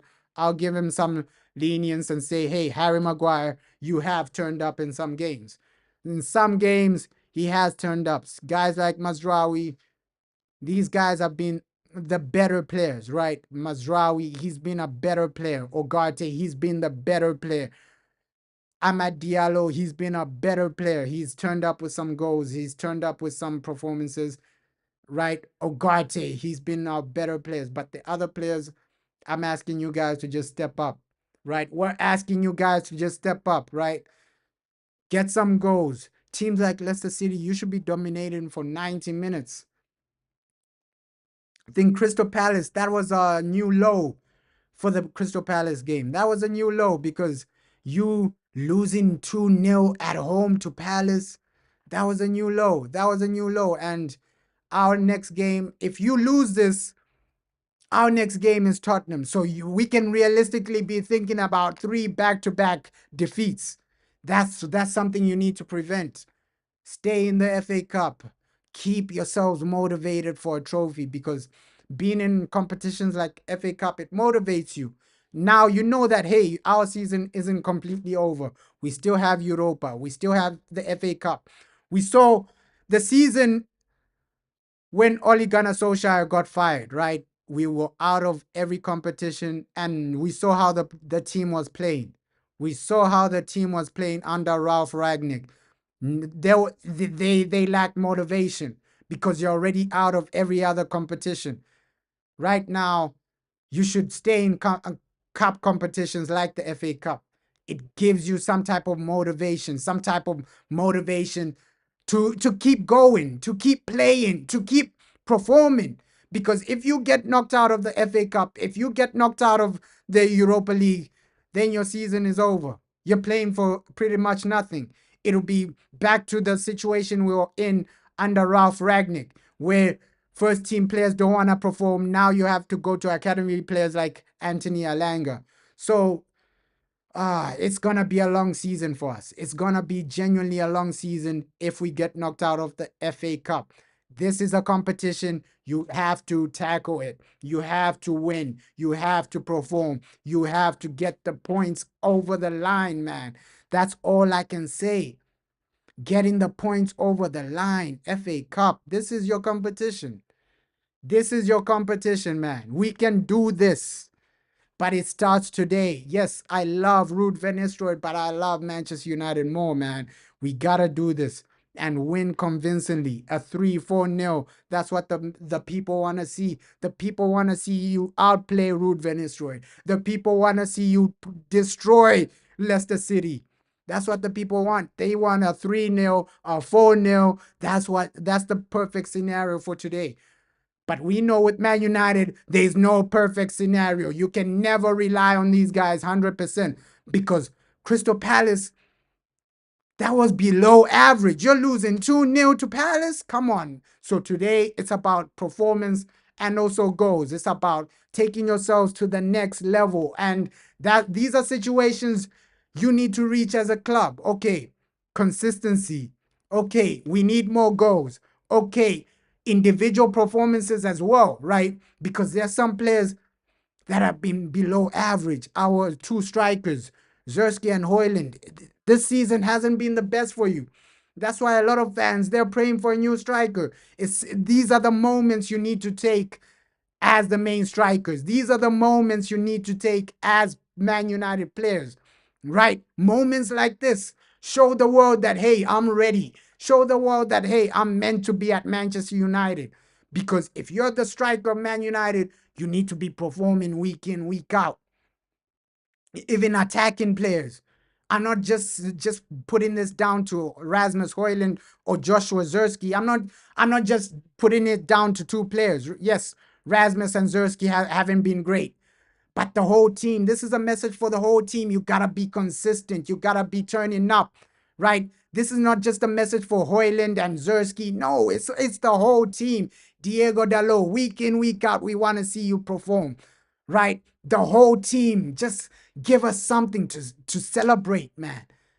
Give us something to celebrate. These players, bro, we need a performance, bro. These players, come on, man. You're up and down, and that's the situation we need to start avoiding. Up and down performances. Today you perform well, tomorrow it's below average. You never know what to expect with these guys.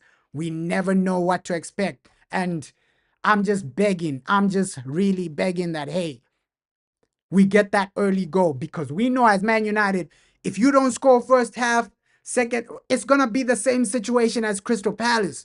If you don't score the first half, the first chance Leicester City get, we're going to concede. I know that for sure. Especially sometimes with Andre Onana, you can never write off the other team from scoring a goal. So Leicester City, they can genuinely score, either from a weird ass corner or a tricky situation. We never know what can genuinely happen with Man United. We're up and down. We're not a consistent team at all. And you just need to start bringing in some performances. You need to start bringing in some consistency. That's all the fans are genuinely asking for. Man United, where are the performances? Man United, where's the consistency? That's what we're asking for. That's why we're in the bottom half of the table. Lack of consistency, and also some players lack of accountability. Because you, as a Man United player, you need to look at yourself and say, hey, against Crystal Palace, I was below average. I was below par. That wasn't the performance from a Man United player. That's what you need to be actually assessing yourself. As a United player, assess yourself and say, yo, that performance wasn't good enough. Crystal Palace, I need to do better in the next game. And if they lose today, I'm just giving up on the season, because Europa League, you're going to have harder teams to play against. Leicester City, these guys are in relegation. So if you can't beat these guys, then our season is basically over. If we get knocked out, it's basically over. Because Europa is going to be harder, right? I think Europa and FA Cup is the only thing we have as Man United fans. It's the only thing we have right now. So let's hope these guys actually turn up. Kobe Mainoo in that number 10. He played well in the game where he played in that number 10 role, right? I think that game was against, what team was this? He played in that number 10 role against FCB in the Europa League, right? In our previous Europa League game, he played in that number 10 role. So Kobe Mainoo in the number 10 role, I think that's gonna add something. We have Kobe, we have Amad Diallo. Let's hope they contribute. Let's hope Rasmus Højlund scores a goal. That's all I'm praying for today, right? Because both our strikers, 2025, they don't have a goal, right? 2025, you don't have a goal from open play. So let's hope both our strikers get a goal today. And we just need to get that win, man. We need that win. That's all I'm praying for. I'm praying Højlund gets a goal, right? He needs that for his confidence. His confidence is rock bottom right now, right? Both our strikers have no goals in 2025. So their confidence is rock bottom right now. So we need to, one, create for your attacker, two, get a goal, three, win the game. That's the main priority. That should be the main priority. I know sometimes you want to keep clean sheets, but winning the game is the main thing. Winning the game, getting over the line should be the main thing for this team. Come on, it's a good enough. This team is good enough to beat Leicester City. These guys are in relegation, right? This is a Leicester City team in relegation. If you can't beat these guys, then I don't know what you're doing. You're actually wasting time. Because if you can't beat a relegation team like Leicester City, then you're wasting time. You're wasting a lot of people's time, man. The summer, we do need attackers, but right now we have to work with what we got, man. We have to work with what we got. Welcome to OT.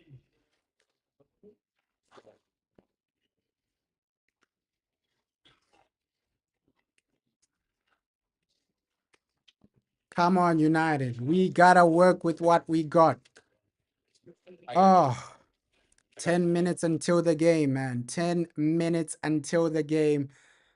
I'm excited for this one just because we get to see Ruud van Nistelrooy back at the Theater of Dreams, man. We get to see Ruud back at OT.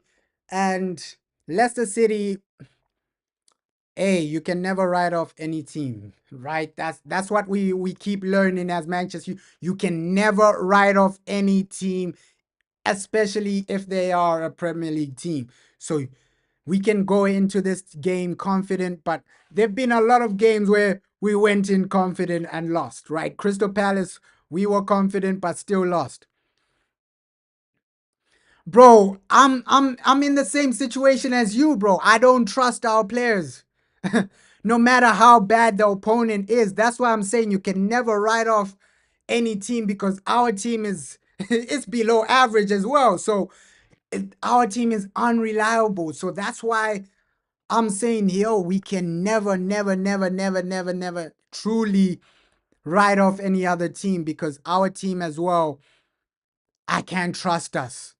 There've been so many games. Brighton, you got destroyed, right? There've been so many games where Wolves, we wrote off Wolves in December and then they destroyed us 2-0. So Bournemouth as well. Bournemouth, we wrote them off and then they destroyed us 3-0. So you can never write off any team. Bournemouth are having a great season though. Bournemouth, they're having a great season. When we play Bournemouth, I never wrote them off. I never write off any team. Same situation today. It might be Leicester City. They might be in the relegation zone, but I'm not going to write them off, man. That's the worst thing you can ever do, especially with this Man United team. A Man United team that, one, they never turn up consistently. Two, they're up and down as a team. They're up and down. This team is up and down. So yeah, I can't write them off just because, oh no, it's Ruud van Nistelrooy. No, I can't write them off. FA Cup, a beautiful competition. We've already won this cup, man.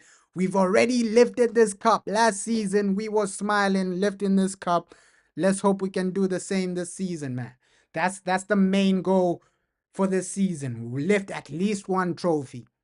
The main trophy we want to lift is probably the Europa League because it's going to get us into Champions League. But FA Cup, retaining that FA Cup, it's a massive statement as well. Massive, massive statement because big teams, I see United doing a job against big teams, right? I see our team doing a job against big, massive teams, man. I see us doing something against big, major teams. Teams like Liverpool. We've already beaten Liverpool. So FA Cup, realistically, or we've already drawn against Liverpool. We've already beaten Manchester City. So against big teams, we can do something. FA Cup is realistic to win. It's just the small teams where I'm asking the question, are these guys good enough? Can these guys do something? Small teams, the small guys, the small dogs, right? Can you get over the line and do something? Diallo, he's there, active. And also on the bench, you have some people on the bench that can come off and do something, right? Obviously, attacking wise, it's low quality, right? The only two people on the bench that can come on as attacking players are Garnacho and Zirkzee. That's why you need to either promote somebody like Obi Martin, promote some of the young attacking players, or you just ride it out with the people you got. But really, I think we're gonna need some academy strikers to come in because only Zirkzee and Garnacho on the bench as attacking options. That's not really good enough for a club like Man United. So just promote some academy players onto the bench, man. Someone like Obi Martin, some of these academy players, they might take their chance, right? You never know. You never know. That's how Rashford got into Manchester United. He was an academy player. Louis Van Gaal gave him an opportunity when we had a lot of injuries. So some of these academy players, they can step up in situations like this. That's how Rashford got his chance, right? Maybe someone like Obi Martin can get his chance. And I know a lot of fans are tired of Diego Dalot. I was talking about this earlier, but on that right-hand side, I think the manager, he just trusts Diego Dalot a bit too much, right? He trusts Diego Dalot a lot. He does really trust Diego Dalot, right? And I was saying this before the game. I see the manager still playing Diego Dalot regardless of whether we have Patrick Dogu or not, because I think he trusts Diego Dalot a lot, right? Mazraoui, he's gonna be a center back. He's gonna be in the back three, and Diego Dalot, he's gonna be on that right hand side. But regardless of who plays, I just want us to win.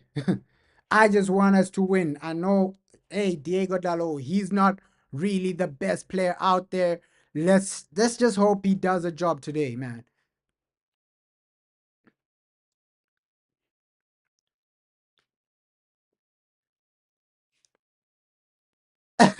you're fine with Rude to take this one. I I just want us to win, bro. I think some fans will be like you. Hey, I'm fine with Rude Van Nistelrooy to win this so that Ruben Amorim has more games to train with the team, has more games to actually get over the line. But I think this is a chance to win some more silverware, right? This is FA Cup is a chance to win some more trophies. If you can add more trophies to Manchester United, I'm for that, right? So throwing away this competition, I just want to win it, bro. I just want to win it. I don't want them to throw it away. I know I love Ruud van Nistelrooy, but I want the team to go out there and just try and win this competition because yes, Ruben Amorim, he needs more training time, but overall, oh yeah, if you do win the FA Cup, it does get you into Europe, right? I even forgot about that. That's another aspect. That's another aspect to actually look at. But I understand your viewpoint, bro. You want this. You just want the manager to have more time with the team, right? We're playing so badly. We're playing so badly. We just want the manager to have more training sessions, more time with the team, more time to analyze tactics, more time to actually train with the team. That's when we start judging the manager. Right now, he's still getting to know the place, man. The team is going onto the field. Oh wow, massive game right now. Massive game. United, we need this. Come on, guys. Ruben Amorim, Ruud van Nistelrooy back in the building, man. That's what we want to see. Oh, Ruud van Nistelrooy back at Old Trafford. We need to genuinely win this. Yeah, and it gives us more, right? Winning cups like FA Cup, winning trophies like Europa League, it gives us more for the transfers.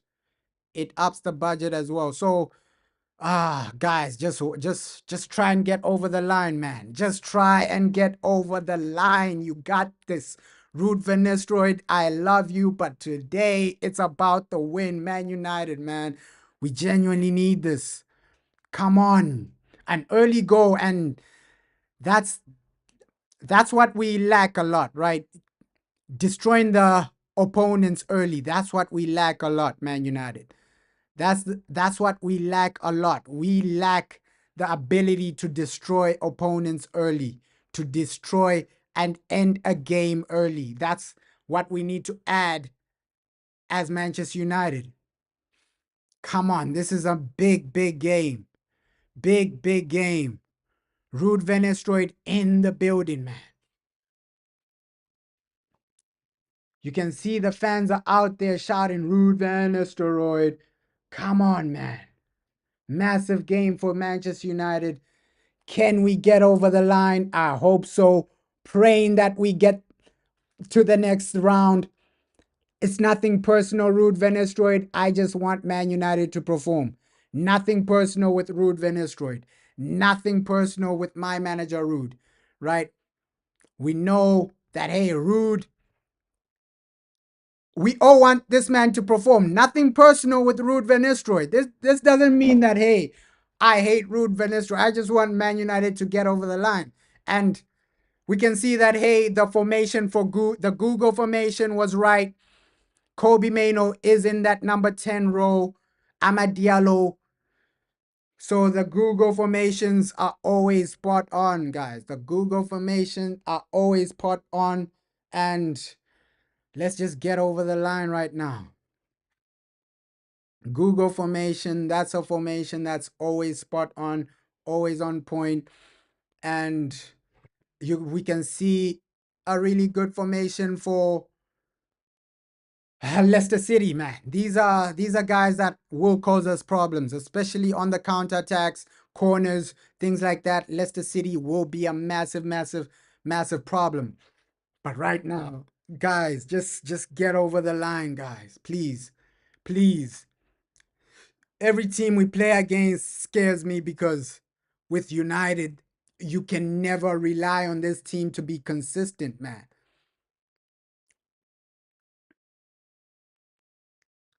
You can never rely on this team to be consistent. Ruud van Nistelrooy, let's go. Let's go. And here we go, man. Here we go.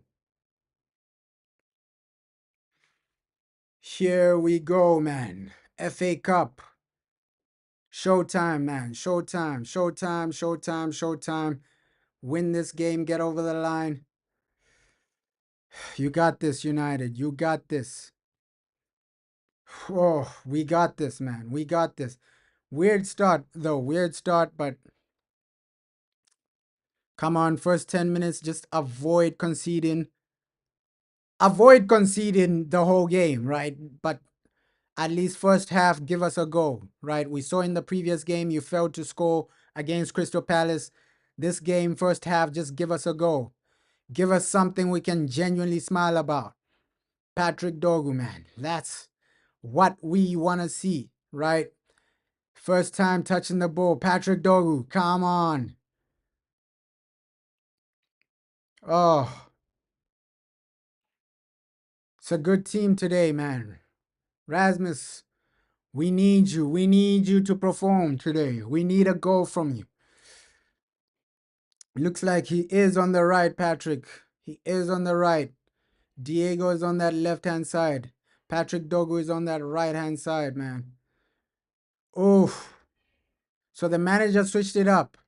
It's an okay start from Patrick Dorgu. It's an okay start. He's showing some energy, some life, and you always expect that from a new player. A new player, they're gonna start with a lot of energy, trying to impress the fans, trying to have your first performance. You want to have a good performance. So we expected this from Patrick Dorgu, high energy. He wants to perform. He wants to show people that he's meant for Manchester United. He obviously wants to perform in his first game, and the energy shows that from Patrick Dorgu. Every time a player plays their first game, they always want to perform. They always want to show up, right? There's no player that starts their first game with low energy, lack of real energy, lack of real motivation. Every time a player plays their first game, they have motivation, they have the energy, they're always trying to go to that next level. Today, United, come on, come on, come on. It looks like we're gonna control the ball. I hope we stick to this, because against Crystal Palace, that's what we saw. First 10 minutes, you have the ball. First 10 minutes, you're controlling this and that, but it's about 90 minutes. How do you play for 90 minutes? We've seen the team do this to us a lot of times, right? First 10 minutes, they have the ball. First 10 minutes, they're the ones in control, but then they start losing control. The other team scores. The other team gets more opportunities. That's what we saw against Crystal Palace. That's what we genuinely saw against Crystal Palace. So it's about being focused for the whole game, not just a few moments, man. Not just a few moments. Come on, United. Get over the line, win this game. Just give us something to smile about as Manchester United. Give us something to smile about. The fans need something to celebrate. It's an okay start. Just keep the formation, keep the form, and get that first goal. That first goal will open up Leicester City. They're not a joke. No lie about Leicester City and Ruud van Nistelrooy. They are not a joke whatsoever, but they do have some goals in them, right? Patson Daka, he might cause us some problems. He's not a joke either. So Leicester City, they have players that can cause us some damage. And you can already see they're coming into the game already. They're coming into this game already. So Leicester, they're not a joke. Realistically, you as Man United, stay focused for a full game to win. Just win. You're passing it. And the pressing is good. Good pressing from Ogate. I always expect this type of performance from Ogate. He's the guy trying to win back the ball. He's the guy trying to press. He's been good so far, Ogate, right? Winning the ball back, pressing. I think start of the game right now. Ugarte, he's the guy genuinely showing up right now, turning up, winning the ball back, pressing, this and that. So Ugarte, he's already on point in the first few minutes of this game. Oh, poor passing there. Poor passing. And that's the situation with Man United. Your passing needs to be better. Passing in the final third, passing in the midfield, it needs to be better. Man United, that's an area we need to improve right throughout the season. Next season, I don't want to see this type of passing. Next season, I want to see something better, man. Because this sloppy passing, either you have sloppy passing in the midfield or sloppy passing in the final third, it literally hurts you long term. Because if you had better passing, you score more goals. You genuinely do score more goals, right? Especially in the final third, the passing needs to genuinely improve. But right now, it's up and down for Manchester United, man. Up and down. You never know what to expect, right? These first few minutes, you can never judge the team based on the first few minutes because we've seen this too many times. First 15 minutes, they look positive, they have energy, they are pressing, they're doing all this. But then second half or final moments of the game, you see what they're Andro no, thank God. Leicester City have goals. They have goals in this game, man. This is not gonna be a walkover, which people are thinking this is gonna be a walkover. It's not, man. It's not. This is gonna be a hard game for United. No walkover today, man. Come on. But I like the way Harry Maguire has actually transformed himself because most players, they don't really recover from situations where, okay, a team buys new center backs, but then you still find yourself in the team, right? Genuinely, I didn't expect Harry Maguire to be playing as much as he's playing this season, especially after we signed Mazraoui, De Ligt, all these defenders, Lenny Yoro. I didn't expect Harry Maguire to make his comeback and be starting games, but fair play to Harry Maguire, right? In some moments when he does play, he is effective, right? He is effective. Sometimes he does have good performances, sometimes. So Harry Maguire, especially when we signed Lenny Yoro, De Ligt, I thought, wow, this is the end for Harry Maguire. But fair play to the guy. He's still playing for Manchester United. He's still starting games. That just shows mentality, right? He kept his head down and said, hey, my chance will come. Yes, Man United just signed De Ligt. Yes, Man United just signed Lenny Yoro. But Harry Maguire, he said, nah, I'll get my opportunity. Let me just be consistent. Let me just turn up to training. And now Harry Maguire is starting games again. That just shows mentality sometimes. Let's hope he keeps performing well. Harry, right? The manager is giving you opportunities not to underperform, right? Let's hope he keeps performing well, Harry Maguire. Because in some moments, he is our best defender in some moments. But Martinez is going to be a massive loss, especially against Tottenham. We're going to feel him. We're going to feel the loss of Martinez, especially against Tottenham. Right now, we're not really feeling it too much, but his passing from the defense is going to be felt, man. His passing from the defense is going to be felt because, yes, Lenny Yoro is a great player, but does he have the passing of someone like Martinez? I don't think so. I don't think that's his game, right? The passing like Martinez, I don't think that's Lenny Yoro's game. He's an unbelievable defender, Lenny. But Martinez already has that experience. He already has that know-how and technical ability as well. I think technically he's our best technical defender based on passing and just his ability on the ball. Martinez is our best technical defender. But you can see so far both teams trying to take control of this game. No real opportunity for us. We haven't seen a real shot on target, but we're trying to look for those shots on target. right? Leicester, they are keeping it compact, man. They are keeping it compact. They are keeping it stable. And you can see that this is what I was saying before the game. Regardless of whether Leicester City have a good team or not, Ruud van Nistelrooy knows our players. He knows their weaknesses. He knows where you can attack them to actually get an advantage. He knows these players extremely well, man. That's something you can't take away from Ruud van Nistelrooy. He knows the Man United players. He knows a lot of their weaknesses. He knows, okay, Harry Maguire, what's his weakness? Pace. He knows Harry Maguire, what's Harry Maguire's weakness? Pace. Right? He knows a lot of our players, man. He knows a lot of our players.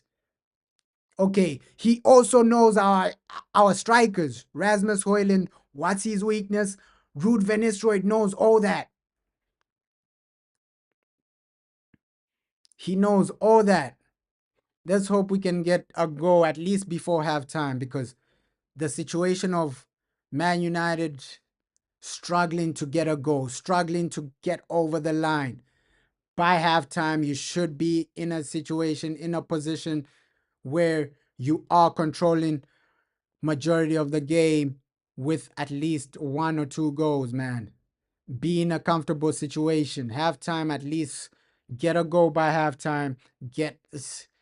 Ask some questions, right? This team are there for the taking, man. This team are there for the taking. And, hey, he's gonna celebrate this like he's never celebrated before. Because we can already see the structure from Leicester City isn't too bad. Structure-wise, Leicester City are on point for me. Like, that's why we're even failing to get shots on target so far. Leicester City, structurally, they've been good. They have been good. If they had better players, they're causing us a lot more problems, man. So the way Leicester City have actually started is pretty good, man. Considering the players they have, Ruud van Nistelrooy has set them up extremely well today. If they had better players, they are probably causing us more damage right now. It's just because the quality in Leicester City isn't really good, man. That quality, man. It needs to improve, Leicester. Oof. Fair enough there. Oof. Fair enough from Kobe Mano there, right? But that's why a lot of fans were begging for another attacking player to come into the team. They were begging. We were begging. So Jim Ratcliffe, please invest into another attacking player. Please add more attacking players. Please don't end the transfer window without signing anyone. And you were gonna feel this long term when one of our attacking players gets an injury or gets some type of fatigue, or you're gonna feel it long term. I've been okay with like how Patrick Dogu has been so far. Yes, he's a left-sided player. That's a tactical change from Ruben Amorim, bro. I was also confused. Why is he playing on the right? But that's a tactical change from Ruben Amorim. Looks like it's a tactical change from Ruben Amorim. He wants, I don't know what he wants to gain from it, but it must have been an instruction, because immediately he told them to switch immediately. So Patrick Dogu playing on that right back situation, it must be a tactical change from Ruben Amorim. He saw the Leicester City team, and then he saw the Leicester City team and said, hey, no. Diego Dalot on that right-hand side will get cooked. The switch. That probably a tactical change from the manager.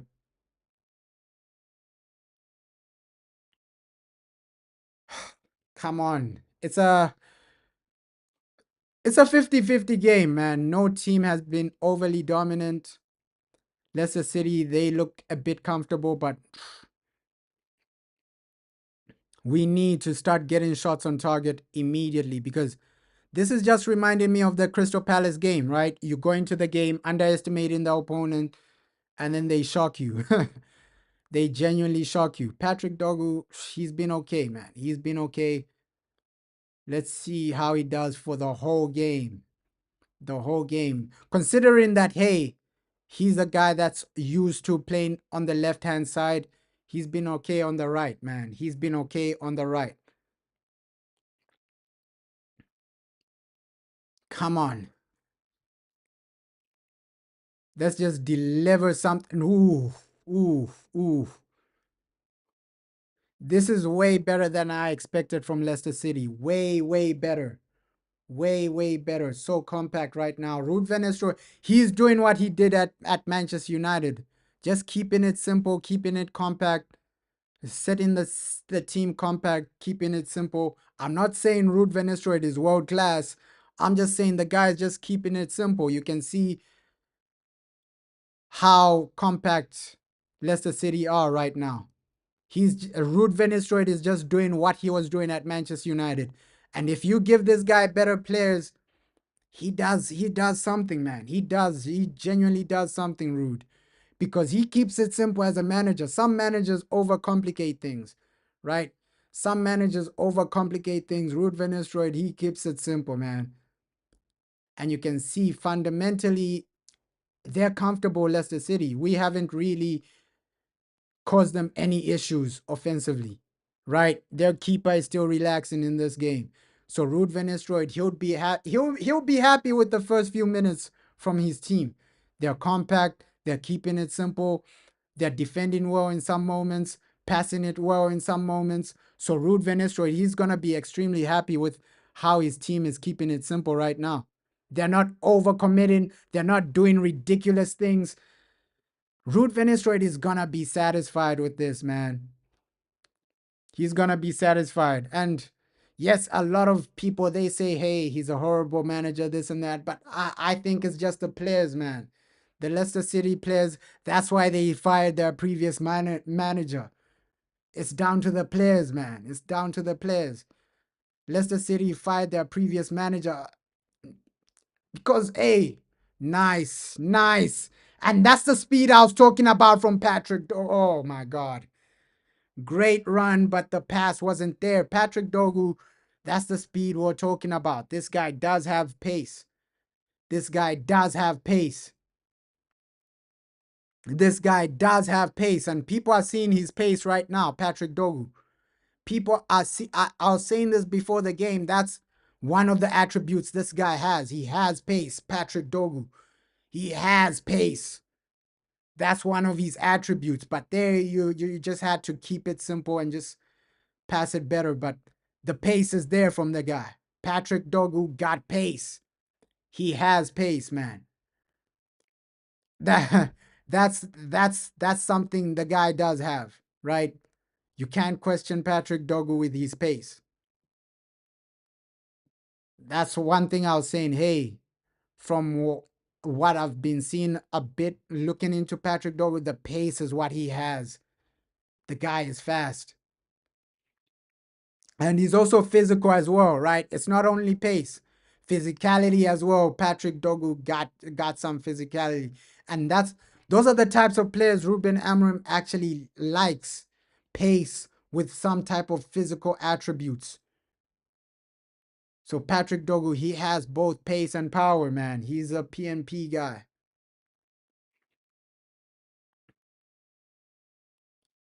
He's a PNP guy, man. But let's just hope for that first goal. That's all I'm praying for. United. That first goal, because right now, Ruud van Nistelrooy can shock you. He can genuinely shock you. Jordan Ayew. Hey, I'm surprised this guy hasn't retired yet. But he did well in the championship, Jordan Ayew. He was okay for Leicester City in the championship. Under their old manager, the guy at Chelsea, Enzo Maresca, these guys were doing well. Under Enzo Maresca, Leicester City was scary in the championship.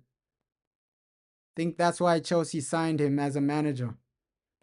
He was the first part of his season, he was scary, and then he fell off, Enzo Maresca. But right now, Ruud van Nistelrooy, I'm impressed with how he set the team up. He set his team up extremely well. Rasmus, come on. Come on, guys. This attacking wise, that's where I've been a bit disappointed. Attack, we need a bit more from the attack. But Diallo, looks like he's coming into this game a bit more. Attack, that's where I'm asking the questions. Can you guys actually step up and get that goal? Come on, United. We got this. We got this. We can't have like, hey, back-to-back losses. No. Today you gotta just entertain the fans. Get 2 or 3 goals. 2 or 3 goals over the line, man. That's how you apologize for the Crystal Palace game. The way you apologize to the fans for the Crystal Palace game is by actually scoring 2 or 3 goals today, right? Get 2 or 3 goals today, entertain the fans, win comfortably. That's all we're asking for. Bruno Fernandes. To be fair, I think a corner or a free kick, that's how we might get our first goal. To be fair, because attacking wise, we are literally starving in attack. The quality isn't good enough in the attack. Quality wise, our attack has let us down so many times, man. Come on. Oh.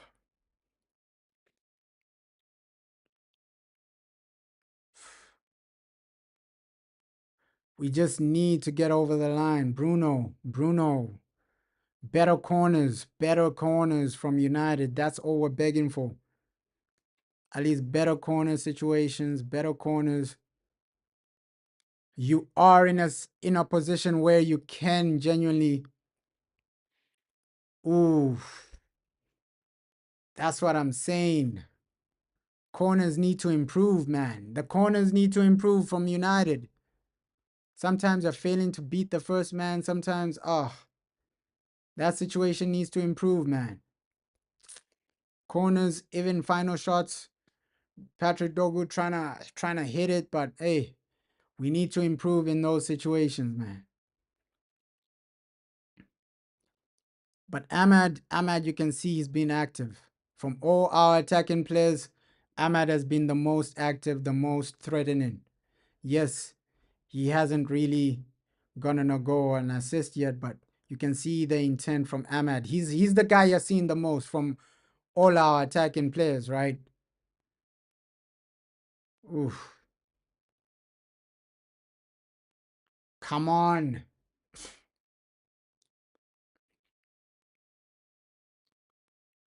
This genuinely scares me, because if we continue just wasting the momentum we have, we're gonna regret it. We are gonna regret it, because Leicester City, I think the first major opportunity they get, they might score.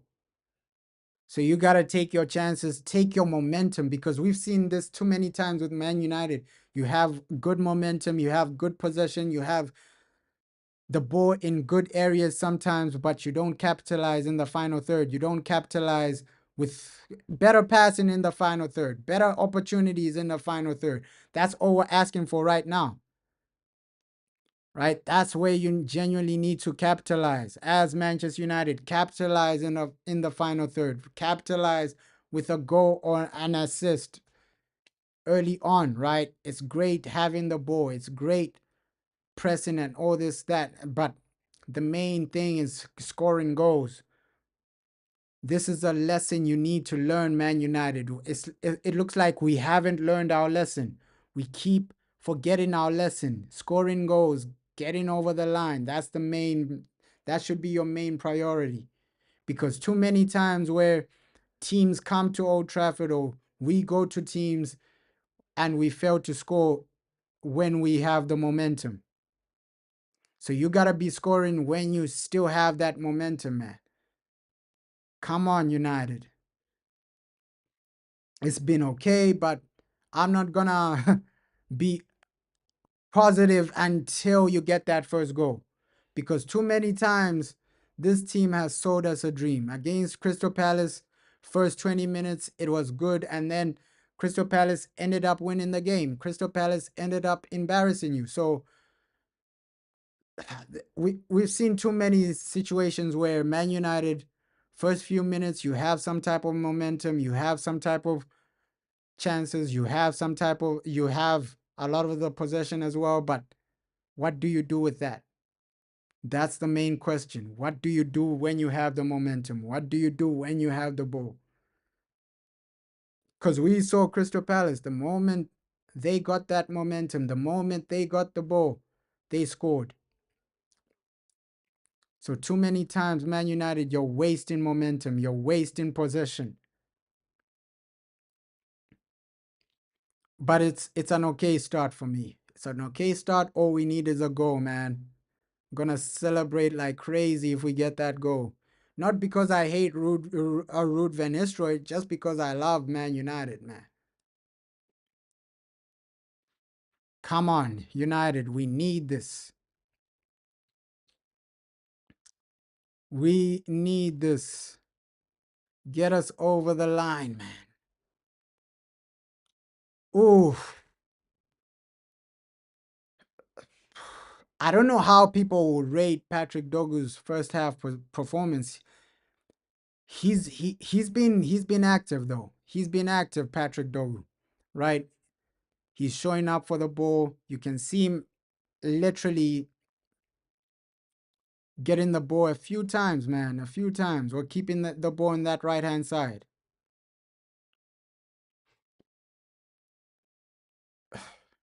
Come on, just get a goal, United. Get a goal. Get a goal.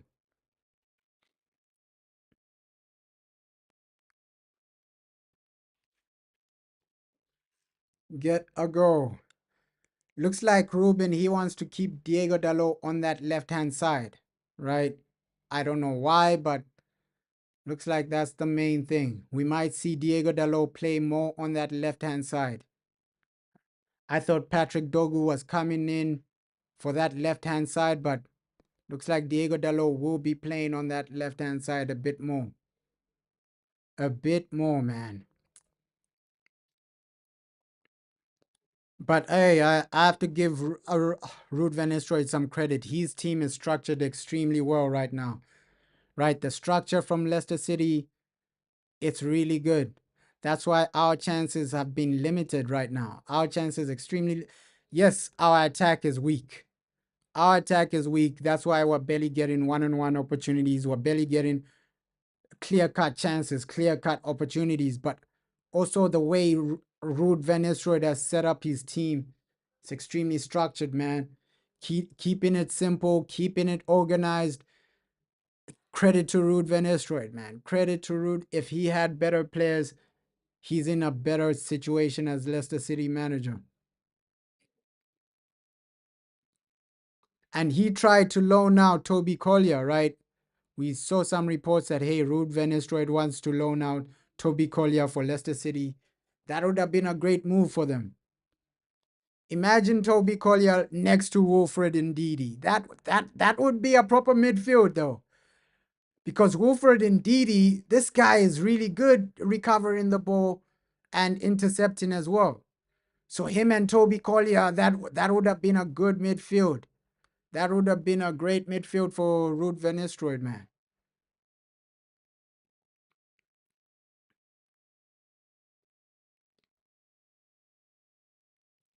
Oh, but with this United team, I can never be fully confident that we're gonna win the game until I see 3 or 4 goals. That's the situation United have left us in. Until you see 2, 3 goals, you can never be confident that we're gonna win this. That's what I'm saying with Wilfred Ndidi. This guy intercepting the ball, recovering the ball, he's really good. There was a period in time where this guy in the Premier League had like the highest interceptions, Wilfred Ndidi. Think that was when Mo Salah was scoring ridiculous amounts of goals.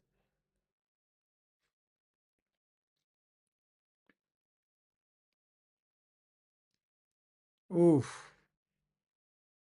But I've been impressed with Ogarte as well. Ogarte, he's the guy that has impressed me the most because you can see the pressure he's applying, the pressing. Of course, Ogarte isn't the best technically, right? I'm not saying he's the best technically, but what he does, recovering the ball, things like that, he keeps it simple. When he gets the ball, he'll pass it sideways. You don't expect Ogarte to make a line breaking pass, a defend like an unbelievable pass, right? An unbelievable through ball. But Ogate, he's gonna keep it simple. He'll pass it sideways. He'll pass it back to the keeper. That's the type of player he is. He's not really the best technically, but he's gonna recover the ball, keep it simple, pass it to the next guy.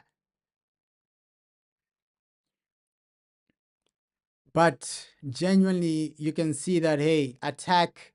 We need a bit more. We're a bit chaotic right now. It's a bit chaotic for Man United. Take control of this game. Take control of this game. And I know a lot of people will say, "Hey, this feels like Louis van Gaal football, where you're keeping possession, you're just passing it sideways sometimes." But no, no, no, no. Louis van Gaal, I think he genuinely didn't have the players though. Genuinely didn't have the players.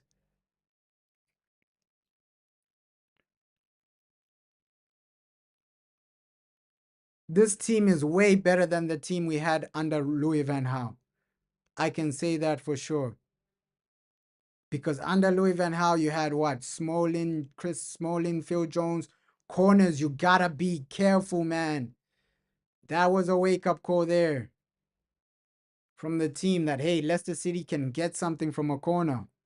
That was a wake-up call for Manchester United. Massive wake-up call there. Leicester City are 100% in this game. 100%. These guys are still in this game. Come on, United. And this is the situation you're trying to avoid, right? This is the situation we are trying to avoid. Halftime is still, by halftime, it shouldn't be 0-0, guys. Please, please show up with a goal. Ahmad, Kobe. That's the thing. Final third is where we need more quality, more quality.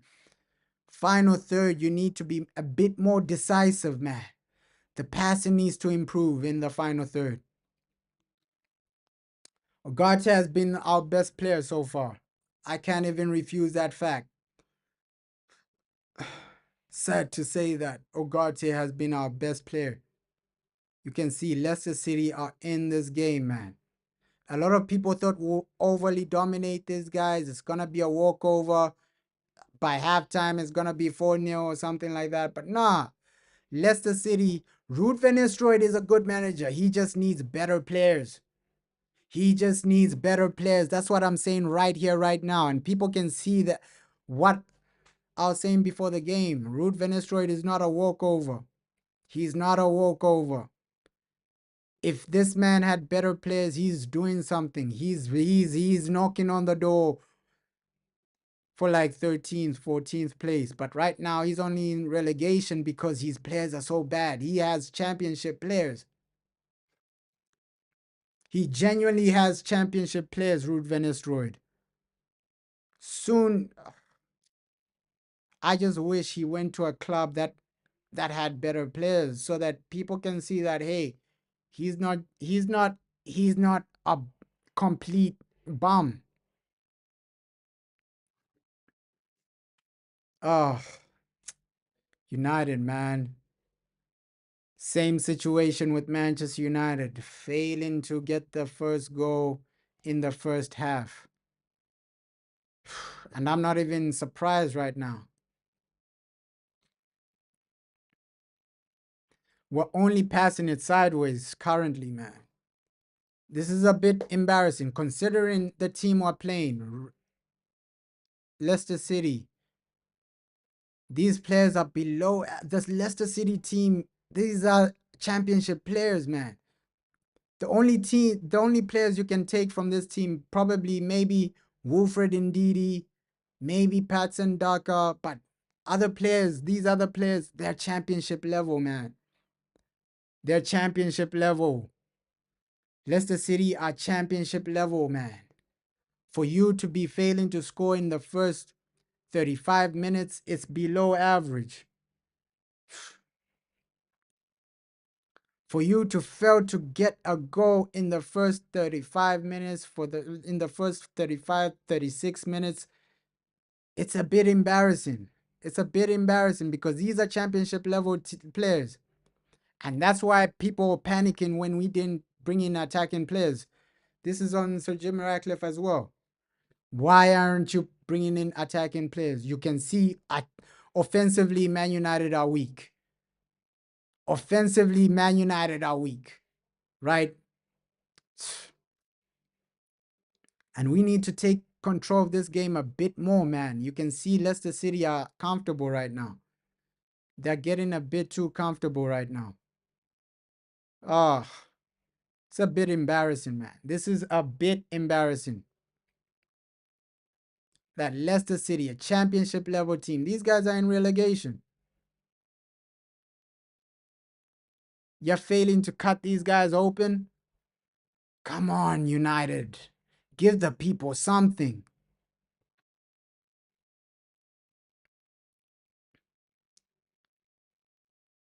Ooh, I have to criticize Patrick Dogo a bit. His passing needs to improve, man. It's either his passing is a bit under hit or, yeah, his passing needs to improve a bit, Patrick Dogu, right? The runs he's making are good, but the passing, it needs to improve. Brother Patrick, please improve the passing, man. Improve the passing, especially in the final third. Your passing needs to improve, man. The passing from Patrick Dogu needs to improve, man. It needs to improve. So the scouts said he's technically unbelievable, but we're not seeing that right now.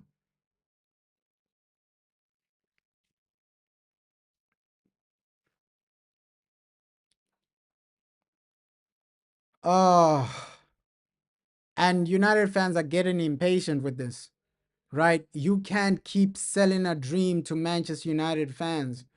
First 38 minutes, you're failing to cut open Leicester City.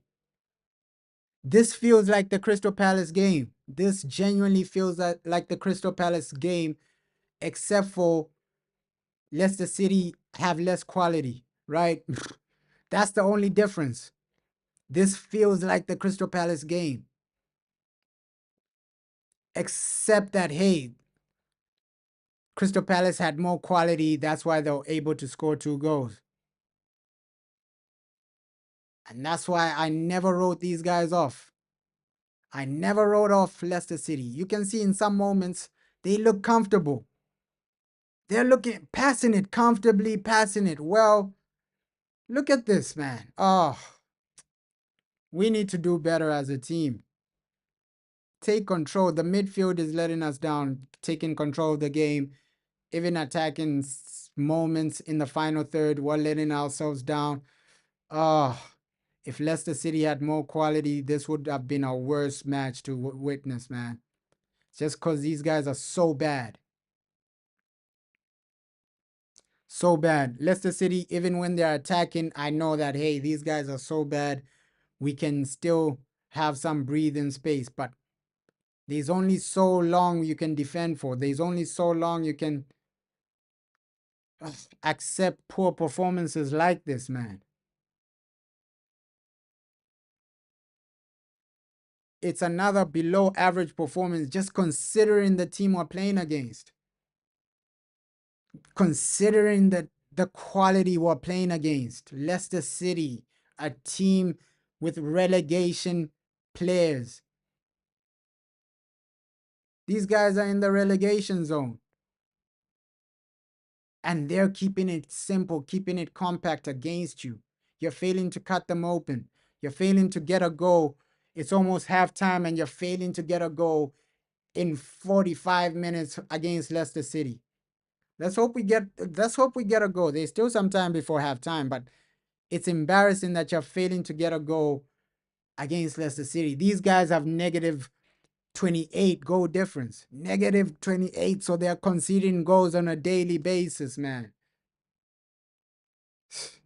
You're failing to cut this team open, a team that concedes goals on at a high level. These guys are conceding goals week in, week out. Leicester City, that's the team we're playing against.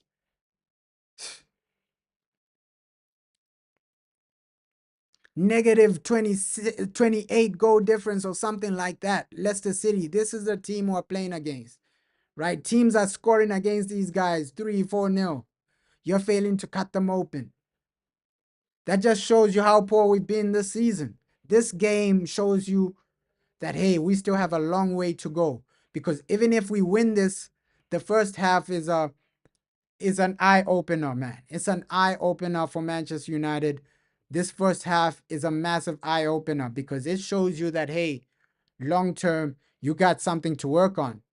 Attacking-wise, you got something to work on because if you're failing to cut open Leicester City in the first half, yes, we might win. We might win this game, but these are signs you have to look at as a fan and say, wow, really, Leicester City were failing to cut these guys open? Come on, United. Really, Leicester City were failing. And I won't even be shocked if these guys score Leicester City, man. Because you're flopping like this. Oh my God, Andre Onana, what are you doing? Andre, oh my God, 1-0 Leicester City. Ruud van Nistelrooy comes to Old Trafford just to dunk on Ruben Amorim. Oh my God. Ruud van Nistelrooy comes to Old Trafford to dunk on Ruben Amorim. Oh my God, Leicester City. These guys, Man United are playing the way I play on FIFA. It's horrible, man. It's genuinely horrible. Oh my God. Oh my God. Ruud van Nistelrooy takes the lead. Leicester City take the lead. And I was seeing the red signs, the red flags, man. I was seeing the red flags. The red flags were there. Look at this. Leicester City 1-0 at halftime. Look at this. Genuinely look at this goal. Oh my God. Genuinely look at this goal. Wow. 1-0 halftime.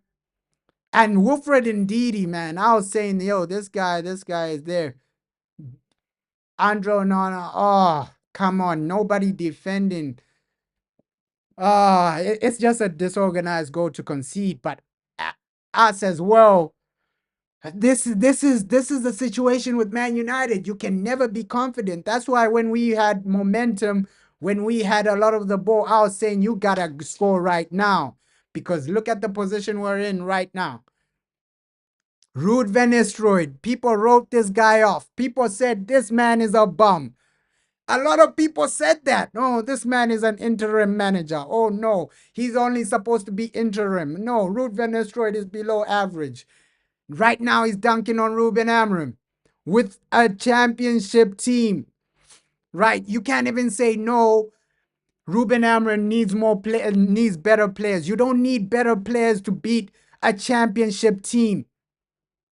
You genuinely don't need better players to beat a team like Leicester City.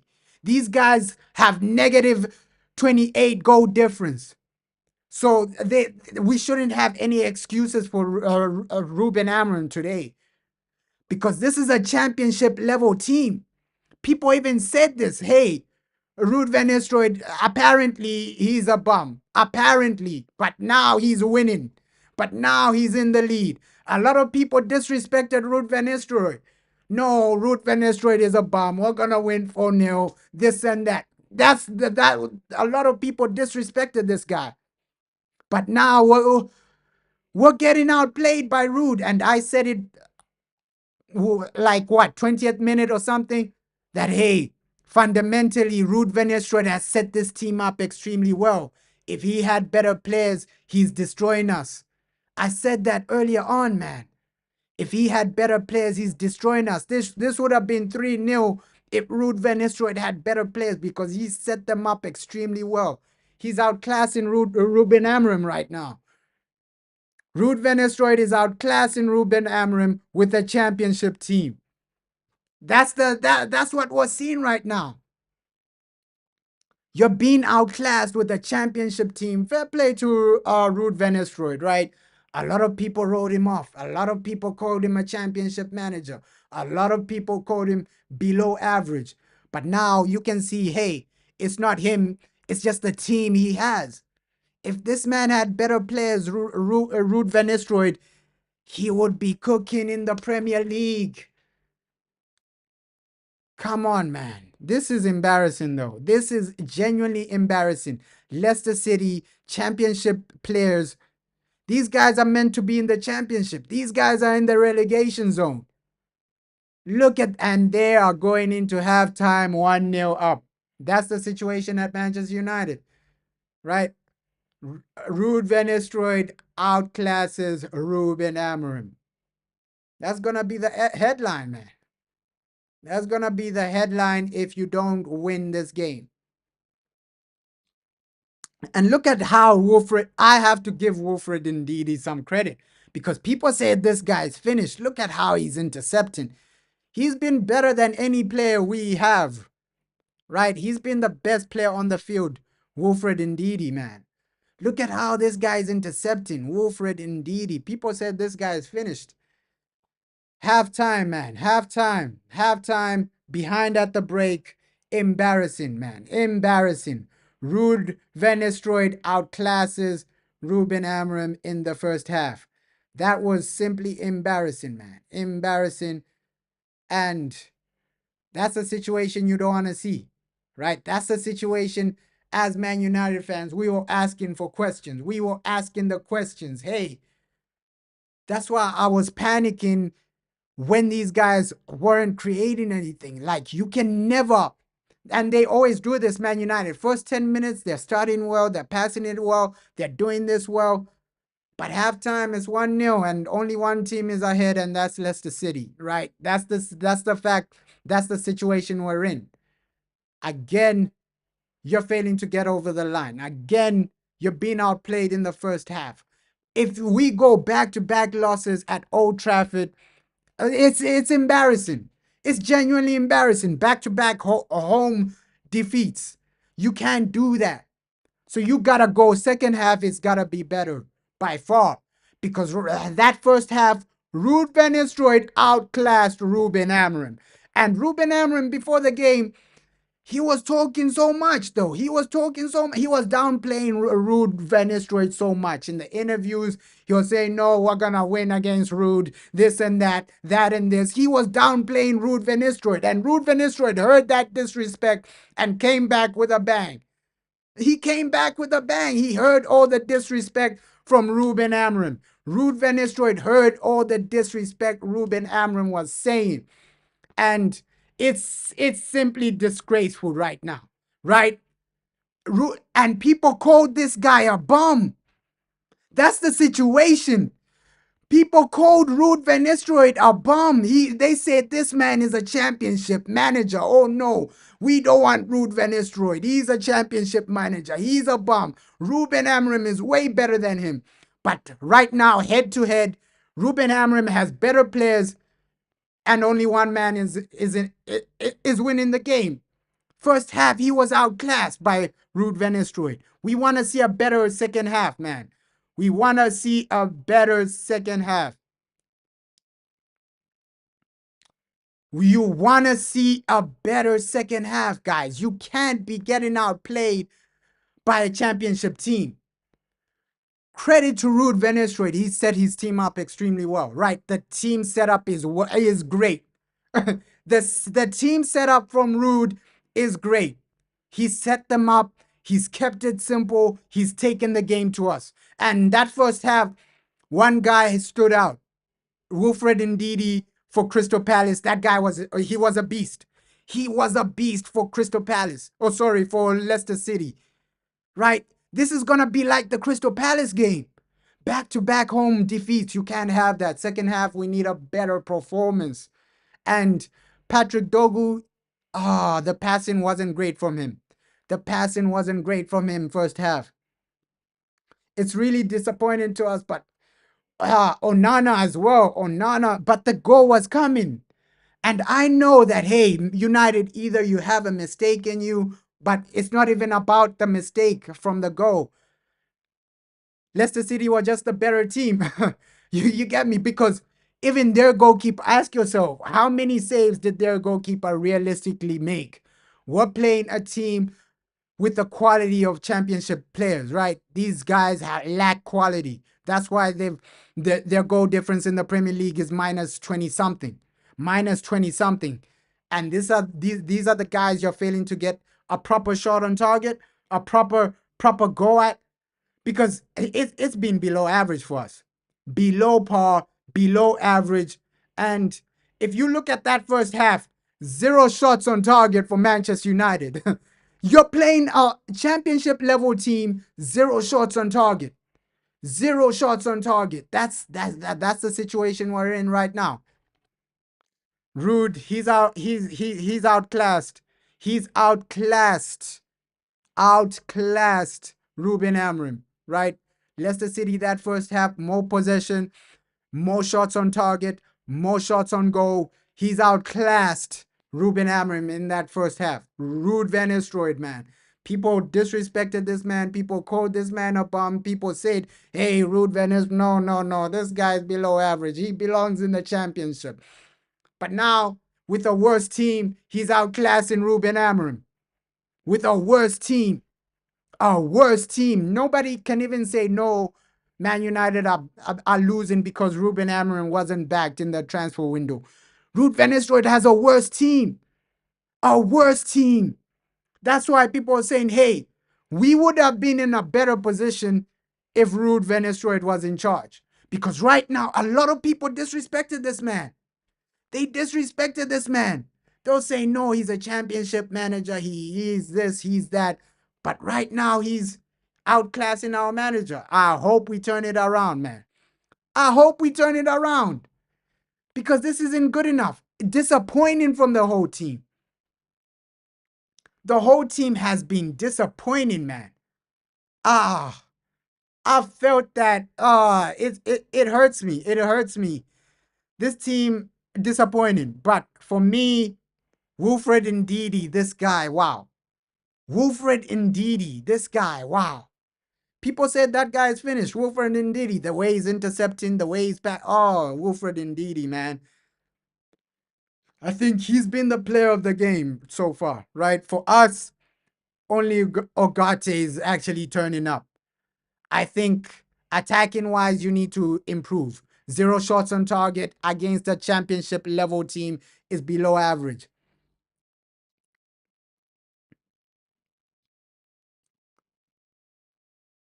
Yeah, he needs to be quicker when he saves, bro. Like, I'm not saying Andrew Nana is getting no blame for this. We gotta blame the guy. We gotta blame the guy. But to be in a situation where you have 0 shots on target, you gotta ask the question, what is happening? Because this is a championship level team. You're failing to get shots on target.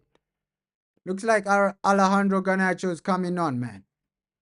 Looks like Alejandro Garnacho is coming on. But this gotta improve.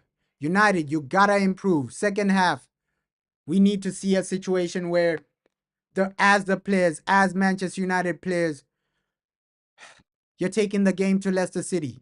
We need more shots on top. We need goals, right? That's all the fans are actually asking for. We need goals. Not this situation of, oh no, you have momentum, but you're not doing anything with it. Oh, sometimes you have the ball, but you're not doing anything with it. Leicester City are up at halftime.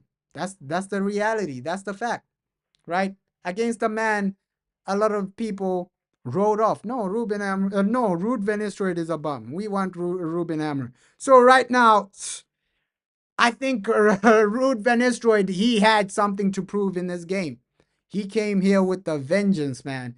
He came here with the vengeance. They don't attack. That the attack is the thing letting us down, bro. It's like, oh, attacking wise, it's below average. Below average, because every time in the final third, it's either the passing is sloppy, the passing is below average. Our attack is it's below average right now. You're failing to cut open Leicester City. Leicester City, these guys are in championship or position in relegation. They got below average defenders, below average goalkeeper, and you're failing to cut them open. You're failing to get a goal. Oh, if Ruben Van Nistelrooy wins this, oh my God, the pressure begins on Ruben Amorim. The pressure begins on Ruben Amorim. If Ruben Van Nistelrooy wins this, the pressure officially begins. The pressure was already there for Ruben, but this is even harder right now. This is even harder. It's like the whole attack. I think in some moments you can see Amad Diallo is trying to do something, but attacking wise, we need to improve. Yeah, just bring in Garnacho because Kobe, we haven't seen him too much. Kobe Mano, right? Oh, I don't even know what the manager will do though. You shouldn't even be in a position like this to say, oh no, the players on the field are not good enough. This is Leicester City, a championship level team. So whichever team you put on, they should be able to do the job though. That's the disappointing part. That's the disappointing thing because you're playing a championship level team, Leicester City. So whichever players you put on, they should be able to to get over the line. Come on, man. Come on, United. Don't embarrass us like this. Back-to-back home defeats. We can't have that. Pressure moments for Ruben Amorim. Let's see how he responds in the second half. I think we're still in the game, right? The panic stations only happen when Leicester City score a second goal. Right now, we're still in the game. But that first half, Ruud van Nistelrooy outclassed Ruben Amorim. That's the genuine fact.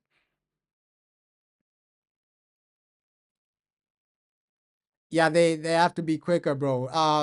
Ahmed and Patrick, we just need more from the attack, bro.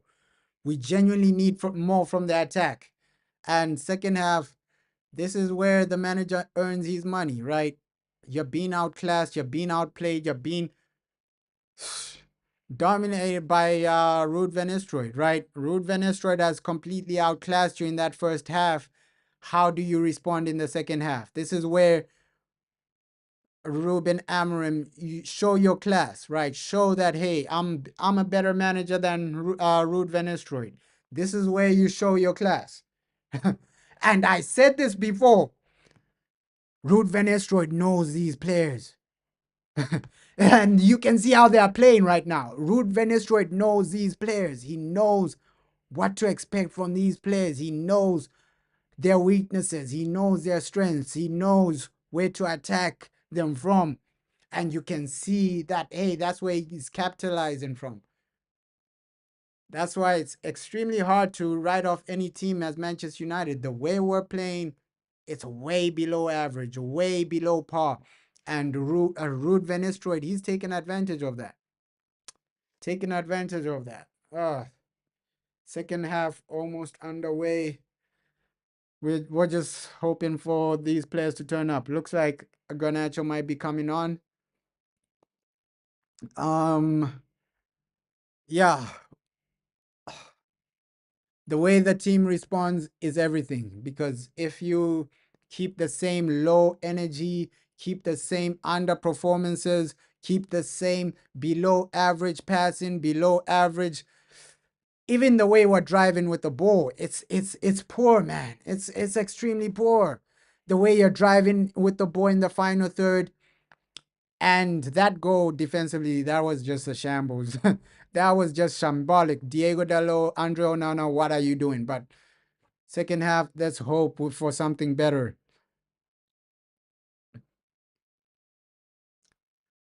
Ah, let's hope for something better, man. Second half, man. Second half. Let's hope for something better, man. Come on. Come on, United. We're just hoping for something better. Oh, oh, United, man. They always do this to us. You always do this to us. Below average performances, below average situations. Let me just get some water quickly.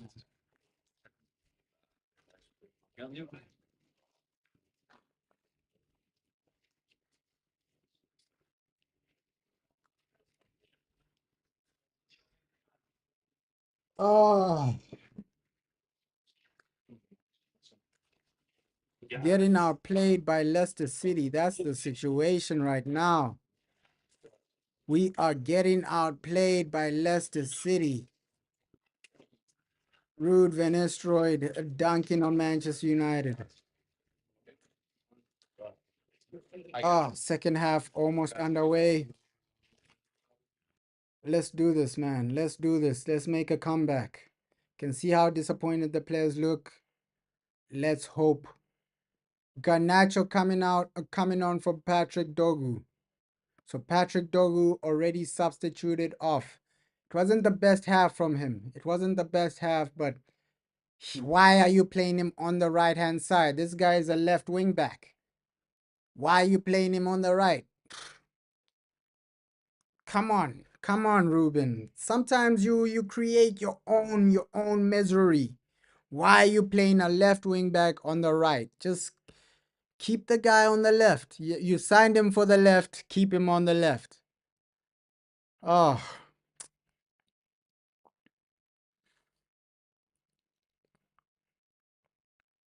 oh, it's on for.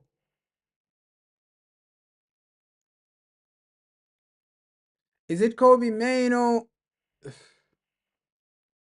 or Patrick Dogu? Let's see. Let's see. Yeah, it is Patrick Dogu, man. Garnacho on for Patrick Dogu. Ah, I think that was the wrong move though, because Patrick just play him on the left-hand side, man. Just play him on the left-hand side, but looks like now we have what? 4 attacking players. Looks like Diallo might be. Thanks, bro. Looks like Diallo might be in that right wing back position now. Second half, let's go, man. Right wing back position. Diallo might be in that right wing back position. Let's go. Let's go.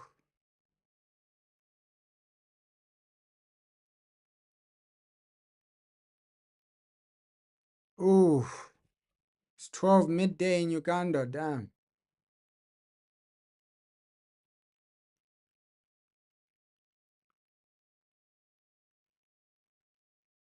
Ooh.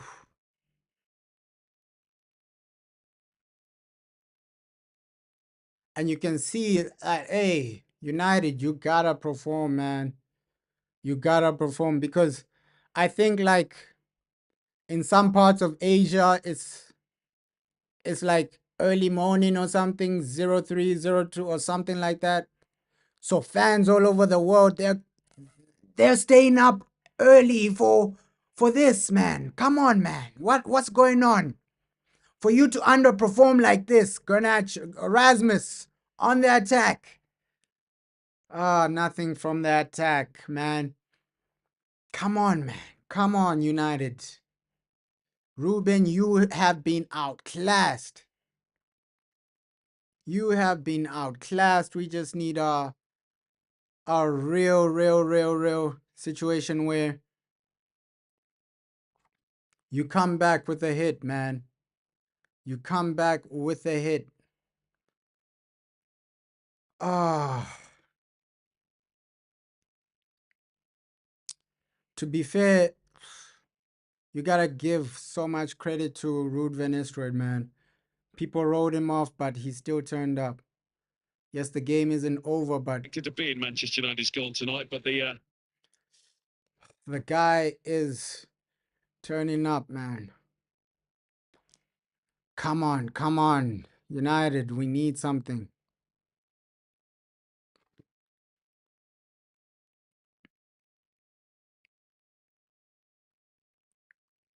Oof.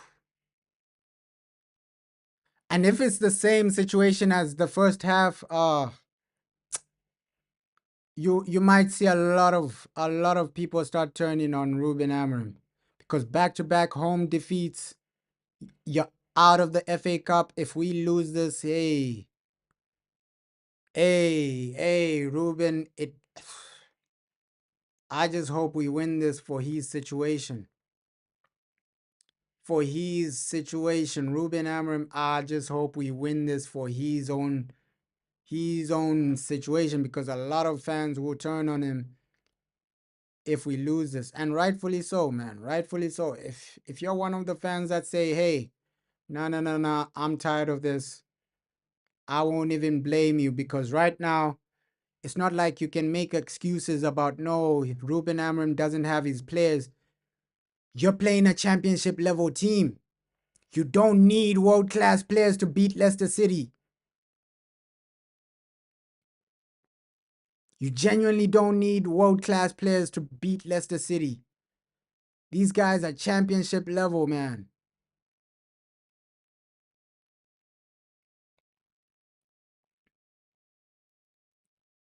Oh, United always letting us down, man. Always letting us down. Week in, week out. Always letting us down, man.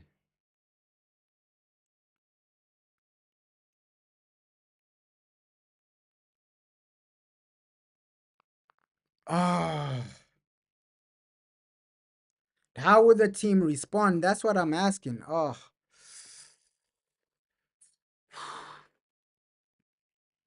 How would this team respond? The response is everything, man. The response is everything.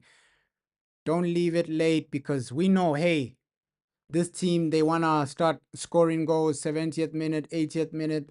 Don't leave it too late, because if Leicester City get a second goal, it's game over. I think it's game over if Leicester City get a second goal, because how poor our attack is, so poor right now. Ah, and with Rude, he's obviously told them, hey, you guys go out there, just defend well, and we win this game. Just defend well, and we get over the line. That's genuinely the message from Rude Van Nistelrooy. Hey, guys, just go out there, defend well, and we're going to get over the line. Oof.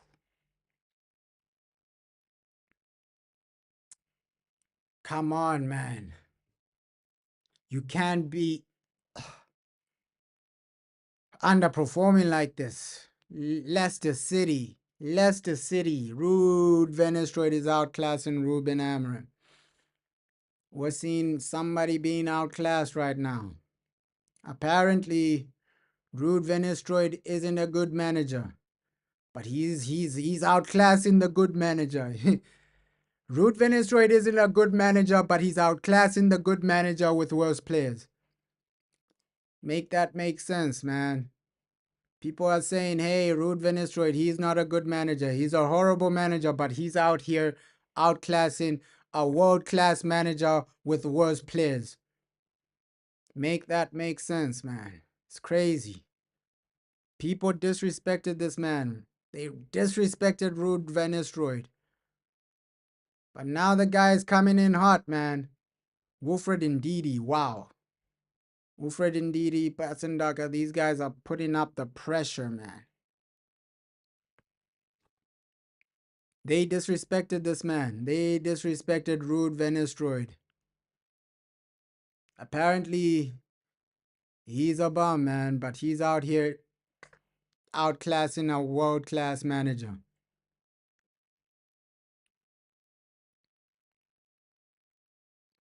Come on, United. Just come back. And I know individual brilliance might just take us over the line, man. That's how it's been the whole season. Individuals taking us over the line. The quality might be enough to take this. This is the same situation we're facing with Eric Ten Hag, man. This might be the same situation we're facing with Eric Ten Hag, man. It might be even worse because, hey, with Eric Ten Hag, individual brilliance was saving us, but right now, it looks like that individual brilliance has dried out, man. Come on, Amad Diallo. I think Amad Diallo in that right wing back position, he offers us so much, man. But the attack is so weak. Our attack is so weak, man. You're failing to build a sustained attack, a sustained attacking wise. We are below average, man. Below average. In the final third, it is so weak. So weak.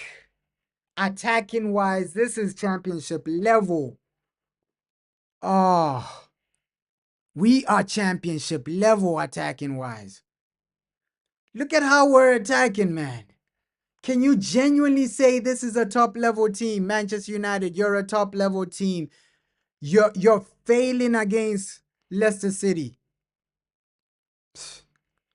Still, no shots on goal.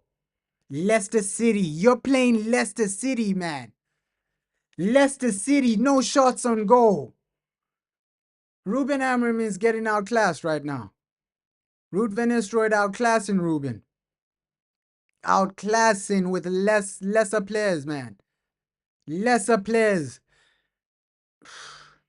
And I said it like before the game. Ruud van Nistelrooy knows the players. That he knows their weaknesses. And you can see how they're playing Leicester City. They're attacking our weaknesses. Ruud van Nistelrooy knows these players. He knows their weaknesses. He knows their strengths. We're getting outplayed right now.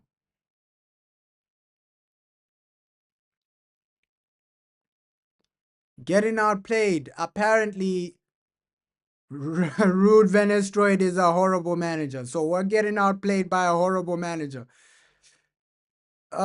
This is embarrassing.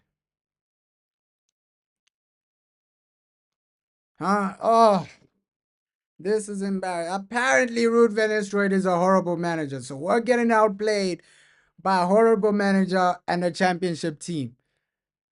This is embarrassing, man. Just get a goal, Man United. Please, because you don't want to get embarrassed like this, losing to Leicester City. The headlines are going to be crazy. The headlines are going to be crazy, huh? Ruud van Nistelrooy outclasses Ruben Amorim. Those are going to be the headlines. You're getting outplayed. You're getting outclassed by a championship level team. And today, there won't be any excuses from me for Ruben Amorim. No excuses, because this is a championship level team. I'm not even going to say, oh no, he needs his players. Look at the players Ruud van Nistelrooy has. These guys are bums. These guys are below average. And he's still making it work. Ruud van Nistelrooy with a below average players is still making it work. Us were failing to get a goal with players that are top 4 level players, right? Like it or not, Man United, this team is a top 6 team, right? Top 6 level team. But with Leicester City, they have a championship level team, man. So today, no more excuses for me for Ruben Amorim. You gotta get the win, man. You gotta get the win. I can't make excuses for Ruben Amorim today. You gotta get the win. You got to get that win regardless of how you do it, man. No more excuses. I'm not gonna say, oh no, he doesn't have his players. Oh no, he doesn't have this. This team is way better than Leicester City by far. By far. By far. Ruud van Nistelrooy. People disrespected this man, saying, oh no, this man is a championship manager. This man is below average. This man is a bum. They disrespected Ruud van Nistelrooy. They disrespected this man, and now he's outclassing us. That's what's genuinely happening. Wilfred Ndidi, what a performance, man. They disrespected this man. Come on. A lot of people, they will say no, 5-0, 6-0, Man United will win. Ruud van Nistelrooy is a bum. That's what people were genuinely saying. No, 5-0, 6-0, Ruud van Nistelrooy is a bum. That's what people were genuinely saying. They disrespected this man. They disrespected Ruud van Nistelrooy, and now he's looking at his watch. He's looking at his watch. Oh, am I outclassing Manchester? Ruud van Nistelrooy. They disrespected the man. Oh my God. Let's hope we get a goal, man, because this will be embarrassing if we lose. They disrespected this man, Ruud van Nistelrooy. Oh no, he's this, he's that. Even if Leicester City lose, the fact that we're getting outplayed in some moments, the fact that he's giving you problems with a championship team shows that this man is not a bum. Ruud van Nistelrooy is not a bum. He's not a below average manager. This just shows you with better players, if he had the Man United players, we would have been in a better position. I genuinely say that with chest. Oh, just get a goal, United. Just get a goal. You can't have a situation where you're being outclassed by Leicester City. You're getting knocked out by Leicester City. Ruud van Nistelrooy, man. Credit to him. Credit to Ruud, man. Credit to Ruud. Credit to Ruud. He's out here outclassing a world-class manager. That's crazy. Credit to Ruud van Nistelrooy. He's out here outclassing a world-class manager. They wrote the man off. They wrote the man off, man. They say the man is a bum, but now he's out here outclassing us with championship players. Wow, wow, wow, wow.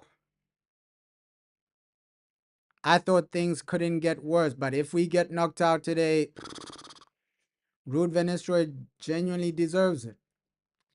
It's not like you can say, hey, they were lucky. Leicester City were lucky. They're outplaying us right now. Passing it well, outplaying us in the midfield. You might need to bring in somebody like Toby Collier to stabilize this midfield, man. It's not really looking good right now. To keep some type of stability, to keep some type of attacks going left and right. And if you still can't create anything substantial, bring in Christian Eriksen. Come on, you need changes now. Either changing our approach, because right now, Leicester City have us figured out, man. They have us figured out. They have us figured out. A championship level team, man. They have us figured out. Oh my God. 60 minutes, more than 60 minutes, no shot on target against a manager people said is a bum. Oh no, Ruud van Nistelrooy is a bum. 60 minutes later, we have no shots on target. Oh my God. Against a horrible manager. Ruud van Nistelrooy is a horrible manager. They said he's a horrible manager, man. Horrible manager, Ruud van Nistelrooy. He's below average. But after 60 minutes, we have no shot on target. They insulted Ruud van Nistelrooy, man. They insulted the man. No, this guy's a championship manager. No, this guy's below average. No, Ruud is a bum of a manager. He's outclassing a world-class manager. Because people say Ruben Amorim is world-class. So Ruud van Nistelrooy is outclassing a world-class manager right now. Wow. Wow, wow, wow. Looks like Joshua Zirkzee is coming on. Looks like Joshua Zirkzee is coming on. We are being outplayed right now. Wow. Ruud van Nistelrooy, the bomb of a manager, is outclassing a world-class manager. Wow, wow, wow, wow, wow. The man is a bum. Ruud van Nistelrooy is a bum. He's outclassing a world-class manager right now. Oh, wow. They disrespected the man, Ruud van Nistelrooy, man. So he said, no, no, no, no. Leicester City, go out there and outplay these guys, right? Go out there, outplay these guys. And that's what they're doing. If they had more quality, it would be worse for Manchester United. It would be worse.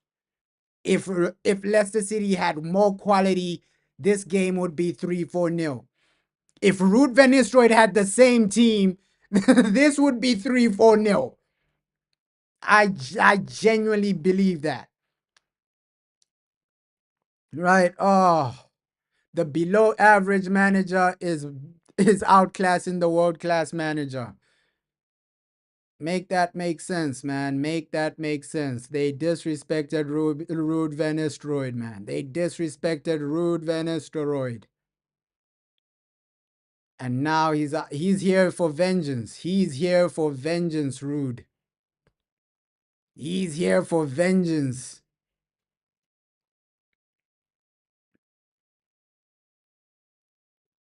Wow. He's here asking the question, hey, you should have given me the job. ah. Oh my God, we are being outplayed right now. Kobe for Zirkzee, is that gonna help us? Let's see. Let's see. But we are being outplayed right now, man. Wow. Wow, wow, He was wow, wow, wow. the penalty in the shootout. Wow, wow, wow, wow, wow, wow, wow, wow. I'm just praying this doesn't end in a situation where it's 2 or 3-0 Leicester City. Because if that genuinely happens, then a championship manager is outplaying you. Wow, wow, wow, wow, wow, wow, wow. This doesn't look good on Ruben Amorim's CV. Garnacho! Garnacho! Oh! Oh! Off the line! You can see these Leicester City players are playing for Ruud van Nistelrooy. Off the line! They are giving it all so that Ruud van Nistelrooy gets this W. Off the line by Leicester City. Wow. Off the line. Garnacho, great run. I think that's our best opportunity so far. Off the line. Off the line. Our best opportunity so far, man. Ooh. Garnacho. So close. But you can see that these Leicester City players, they really want to win this. The desire from their players, Ruud van Nistelrooy has motivated them for this game. The motivation is because most players just give up there. They've been stretching to keep the ball off out of the goal, man.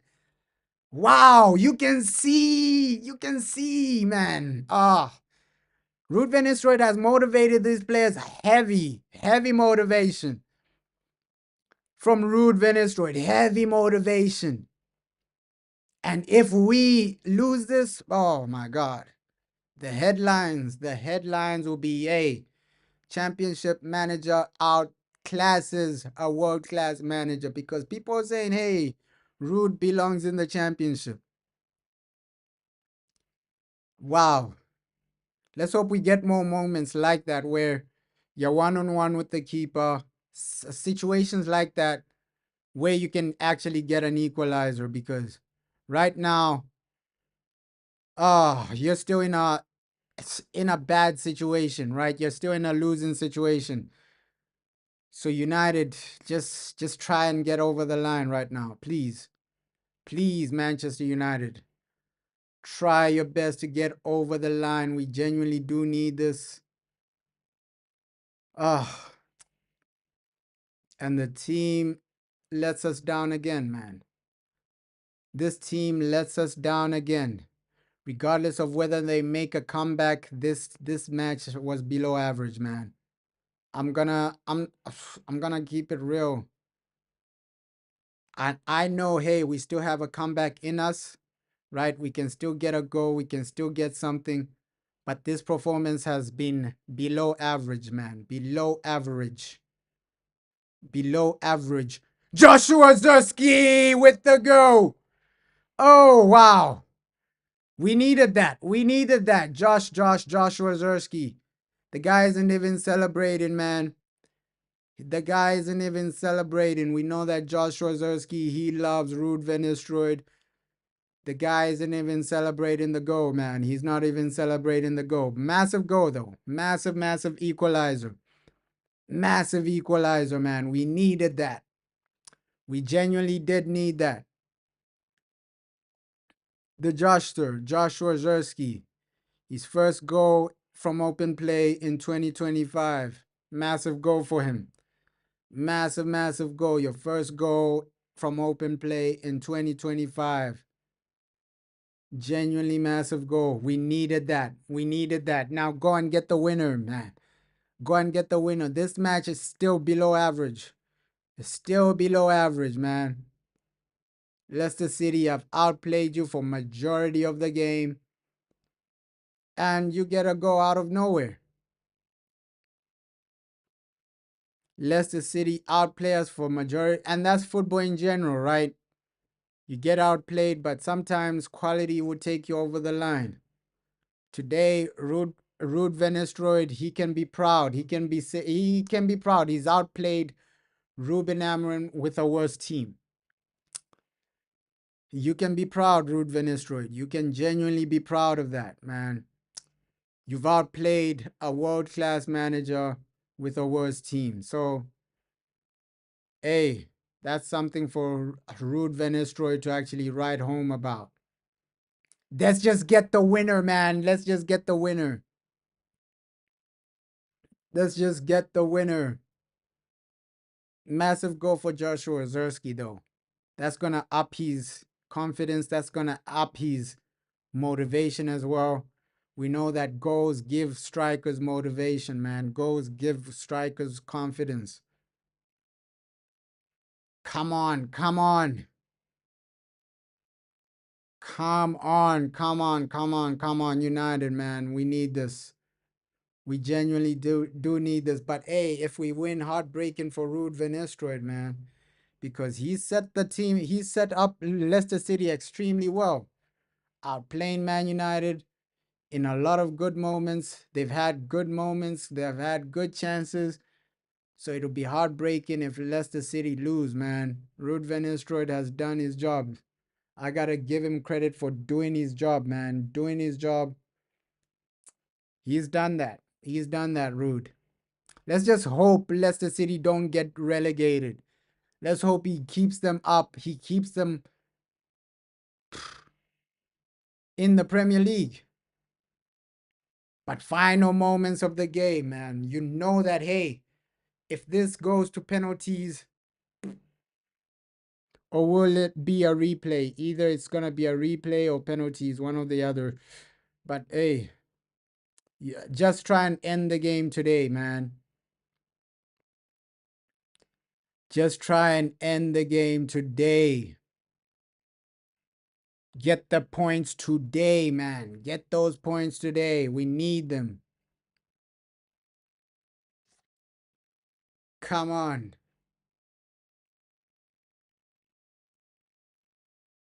And credit to Joshua Zirkzee, man. He's been low in confidence. He hasn't been getting goals. And then today you step up. Yes, it was a tap in.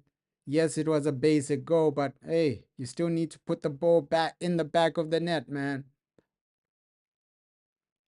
You still need to put the ball back in the back of the net, man. Ooh, that's a free kick right there.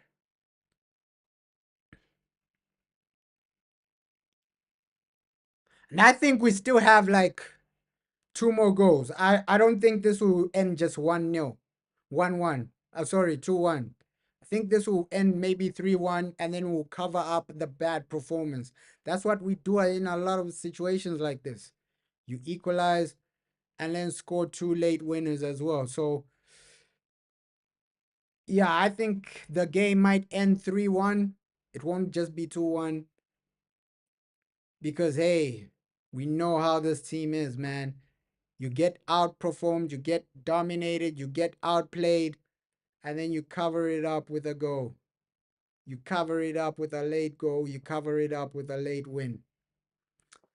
But right now, yo, if Rude had the same quality players, if Rude Van Nistelrooy was playing with the same players, this would have been a demolishment. This would have been 3-4-0. This would have been 3-4-0. If Rude Van Nistelrooy had the players we had, hey, he's destroying us. He is genuinely destroying us, man. Unlucky for Rude, man. The players you have are bums. Unlucky for Rude Van Nistelrooy. The players you have are bums right there, bums. Below average, man. If Ruud Van Nistelrooy had our players, this man he's dancing every single day. And we saw it when he was interim coach, man. We saw it when he was interim coach. The man was playing. The man was playing Ruud Van Nistelrooy.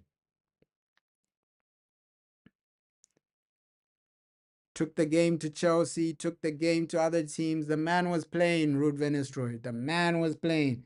We saw him as our interim coach. If he had the players we have, he's destroying us.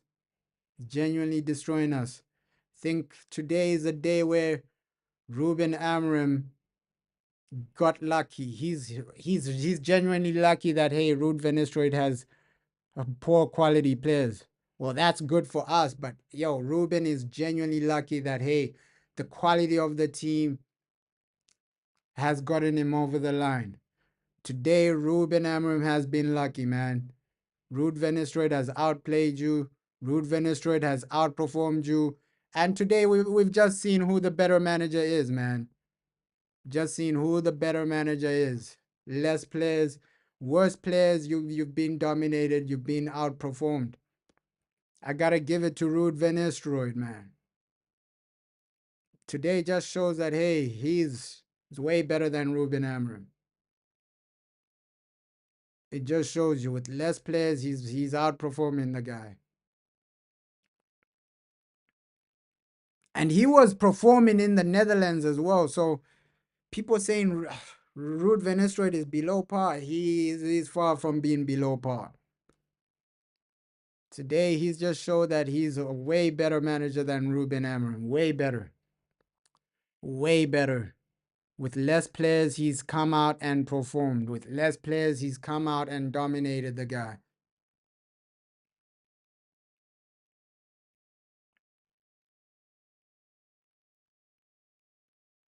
Oof.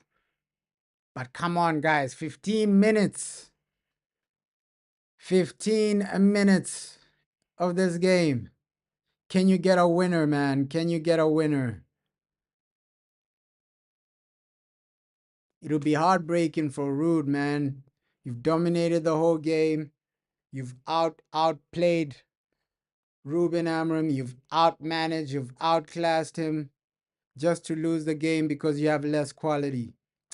Heartbreaking for Ruud Van Nistelrooy, man. Heartbreaking for Ruud Van Nistelrooy. Right? You've shown people that hey, I'm a way better manager than Ruben Amorim. With less players, I'm still performing. I'm outplaying him with less players. Oh, oh my God. Leicester City on the counter. Great by Mazraoui. Wow. That was great by Mazraoui, man. Great tackle by Mazraoui there. Ooh, Rude, man. I feel for Ruud Van Nistelrooy, though. The quality in his team is way below average, man. These guys are such bums, man. Leicester City, they are such bums, man. But hey, today he's shown, hey, I'm way better than Ruben Amorim. Way better than Ruben Amorim as a manager.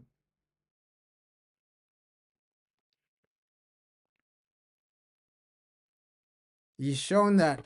He's shown that Ruud van Nistelrooy has outplayed Ruben Amorim. Showing people which manager is the championship manager.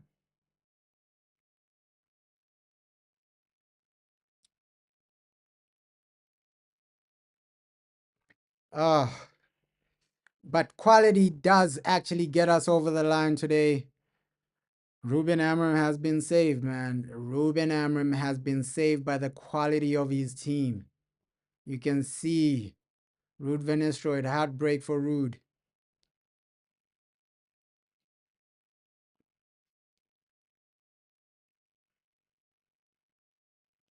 Come on, come on.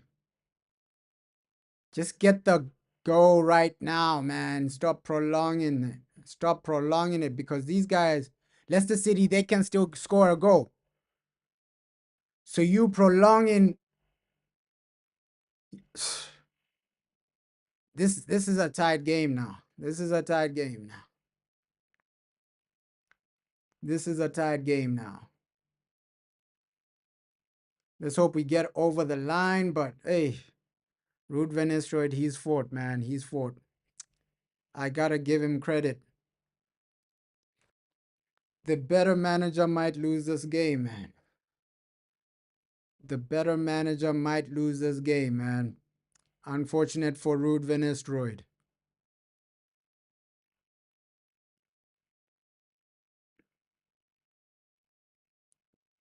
Truly unfortunate for Ruud van Nistelrooy. The better manager might lose this game. Ruben Amorim has been saved by the quality of his players.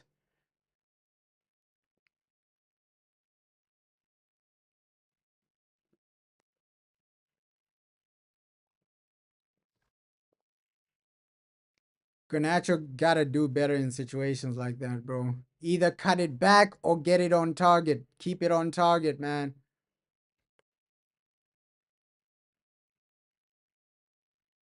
Oof. Now another injury for Leicester, man. Patson Daka. But to be fair, he tried to tackle and then got injured. He tried to tackle Mazraoui and then got injured. That's crazy, though. Let's hope he's okay, Patson Daka. Yeah.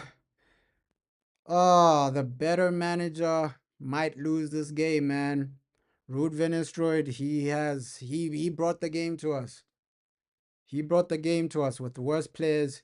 He made it a tight game with worst players. He made this a contest. With worst players, he made this a contest. You can see Sir Alex Ferguson. With worst players, Ruben Amorim. Sorry, not even Ruben Amorim. Ruud van Nistelrooy. He outclassed Ruben. He outclassed Ruben. The better manager might lose this game, man. Which we want to see. We want to see Man United win. The better manager, damn, Ruud van Nistelrooy.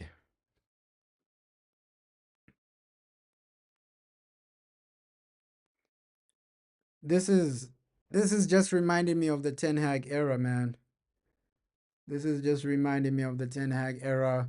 Individual brilliance is actually saving us in a lot of situations.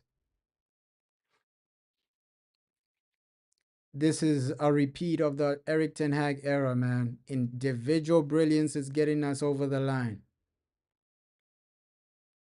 And with games like Crystal Palace, when individual brilliance doesn't turn up, you lose 2-0.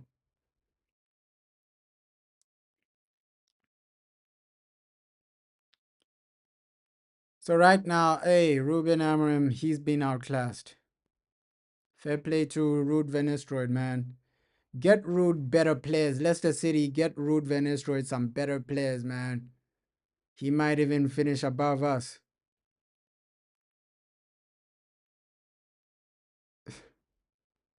Because right now, wow. Who even expected this, right? It's still been 1-1 with like 8 minutes to go. Nobody really expected this. People coming into this game saying, no, Ruud Van Nistelrooy is a bum. We're going to beat Man United 5-0, 6-0, 3-0. But hey, Ruud Van Nistelrooy is just proving to people that, hey, he's way better than Ruben Amorim as a manager. Way better. With less players, you're getting outplayed. Less players, you're getting outplayed. That's management. That is management. With less players, you're still finding something. You're still getting something out of the players. You're still getting.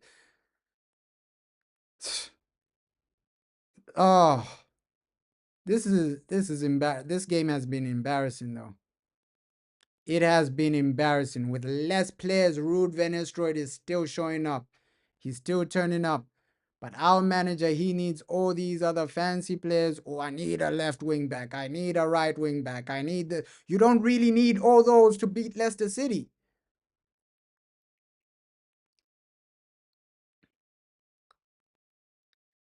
Oh, so here it's either extra time or penalties, right? I forgot this is not the Carabao Cup where there's replay. Here it's either extra time or penalties. So let's see what genuinely happens. It's not the Carabao Cup where you have a replay and things like that.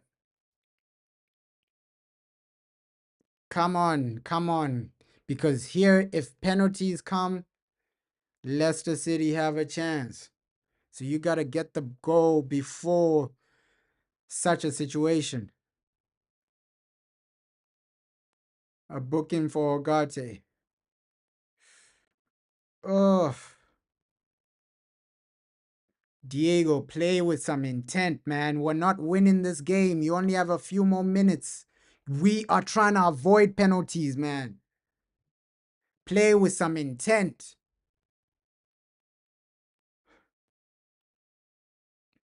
I don't know how good the Leicester City goalkeeper is with penalties, man. Saving penalties and things. Let's see. Let's see. Maybe he's world class. Maybe he's something to look towards. But Ruud, man, he's done his thing. Ruud Van Nistelrooy has done his thing. Outclassing Ruben Amorim.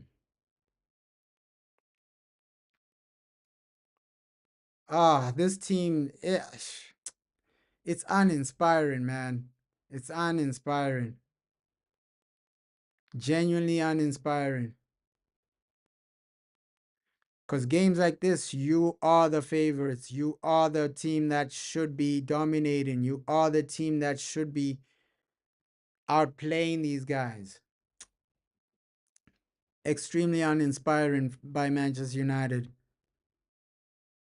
Extremely uninspiring. Leicester City have outplayed you. Oh my God. Looks like we're in for a long, long season. Playing like this, you ain't winning Europa, man. Real Sociedad, they're gonna outplay you. If you're gonna be playing like this, you ain't winning Europa League. I can say that right here, right now. Next season, we might not even be in a European competition. Because do we finish above 8th place playing like this? We are relying on individual brilliance. This team isn't being managed properly, man. It's just like Eric Ten Hag, Freestyle FC, relying on individual brilliance.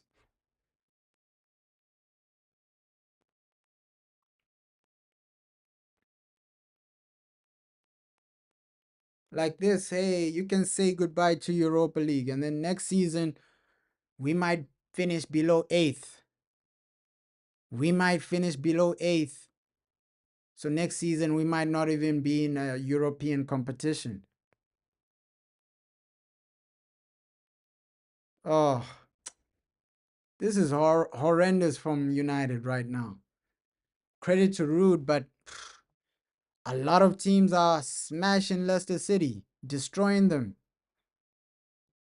And Man United, you're the team that gives them hope. You're the team that makes them look world class, right? So many teams are destroying Leicester City. That's why they're in relegation.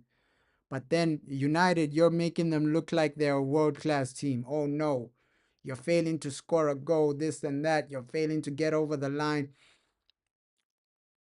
More than 80 minutes and it's still 1-1. You're still failing to get more goals than Leicester City. Leicester City. Oh, and I would even blame fans for losing patience with Ruben Amorim because he's not showing us anything to show that, hey, he's a world-class manager. You're being outclassed by Ruud van Nistelrooy. Ruud van Nistelrooy has championship players and he's still outclassing you.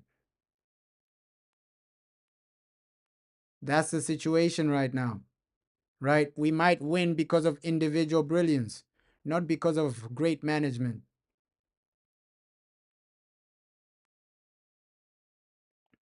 We might win because our team is just better than the other team. It's not because, hey, the manager is amazing.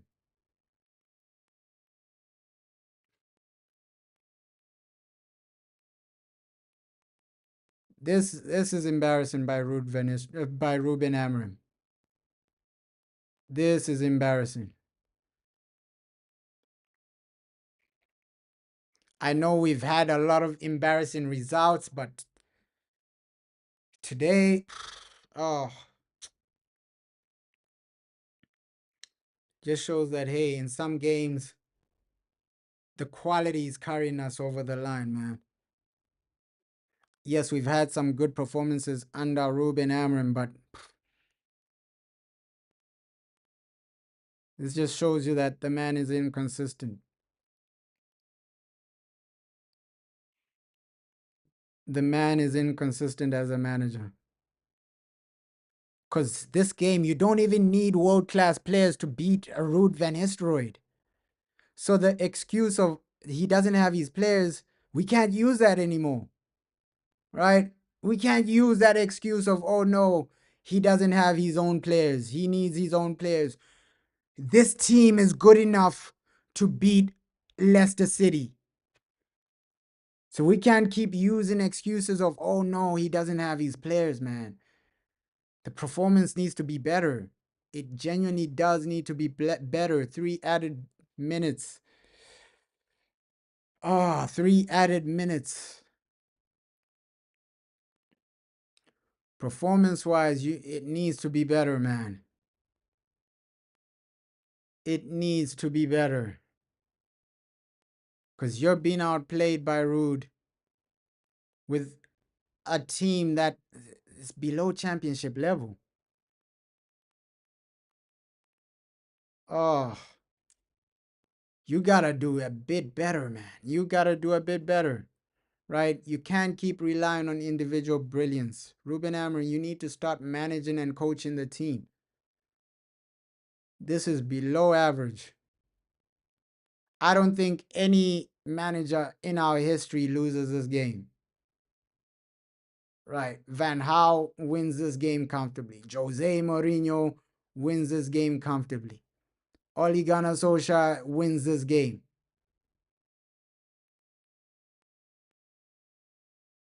Come on, Rude. You gotta improve. You gotta improve.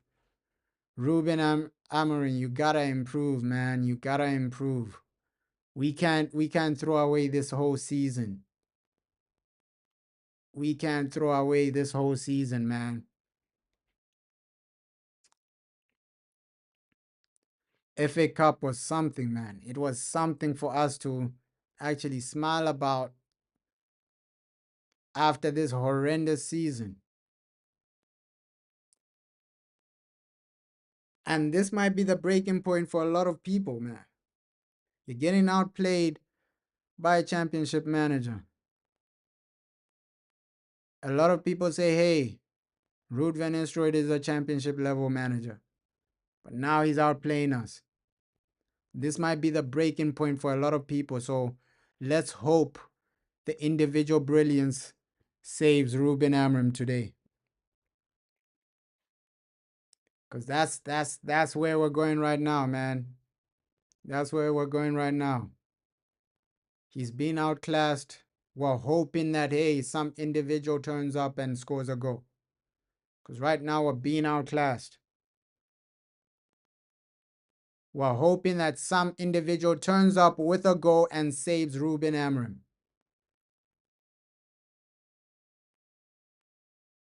Harry Maguire! Oh my God!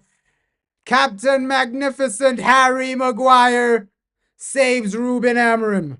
Heartbreak for Ruud van Nistelrooy, man. Heartbreak for Ruud van Nistelrooy, but hey, late winner Captain Magnificent Harry Maguire. Harry Maguire, man. Heartbreak for Ruud van Nistelrooy, man. That wasn't a great game, but at least individual brilliance has saved this manager, man. Wow. Wow. The worst, the better manager lost today. The better manager lost the game today. The better manager lost the game today. Individual brilliance saves Ruben Amorim. Harry Maguire with a perfect header. Great delivery, though. Great delivery by Diego Dalot. Harry Maguire with the perfect header. Captain Magnificent. Captain Magnificent saving Ruben Amorim. Wow. Wow, wow, wow, wow, wow, wow, wow. Wow, wow, wow, wow, wow, wow, wow. The better manager lost today. The better manager lost today. That's all I can say. Ruud van Nistelrooy, you did your job. But unfortunately, Ruben Amorim had some individual brilliance that saved him from this game. It saved him in this game. At least we're into the next round, man. Captain Magnificent Harry Maguire, individual brilliance, man. This is the same situation we had under Ole Gunnar Solskjaer and Erik ten Hag. Individual brilliance saving the manager. Individual brilliance saving the manager once again, man. Wow. Wow, wow, wow. Thank God like, we got the goal, man, but the red flags are there. The red flags are there with Ruben Amorim. The red flags are there. This man is not managing. This man is not managing, man. The red flags are there for Ruud van Nistelrooy to take you all the way to 90 minutes. You're not a good manager, right? You have a way better team. You have a way better foundation. Oh, this was below average, though. We got over the line thanks to individual brilliance.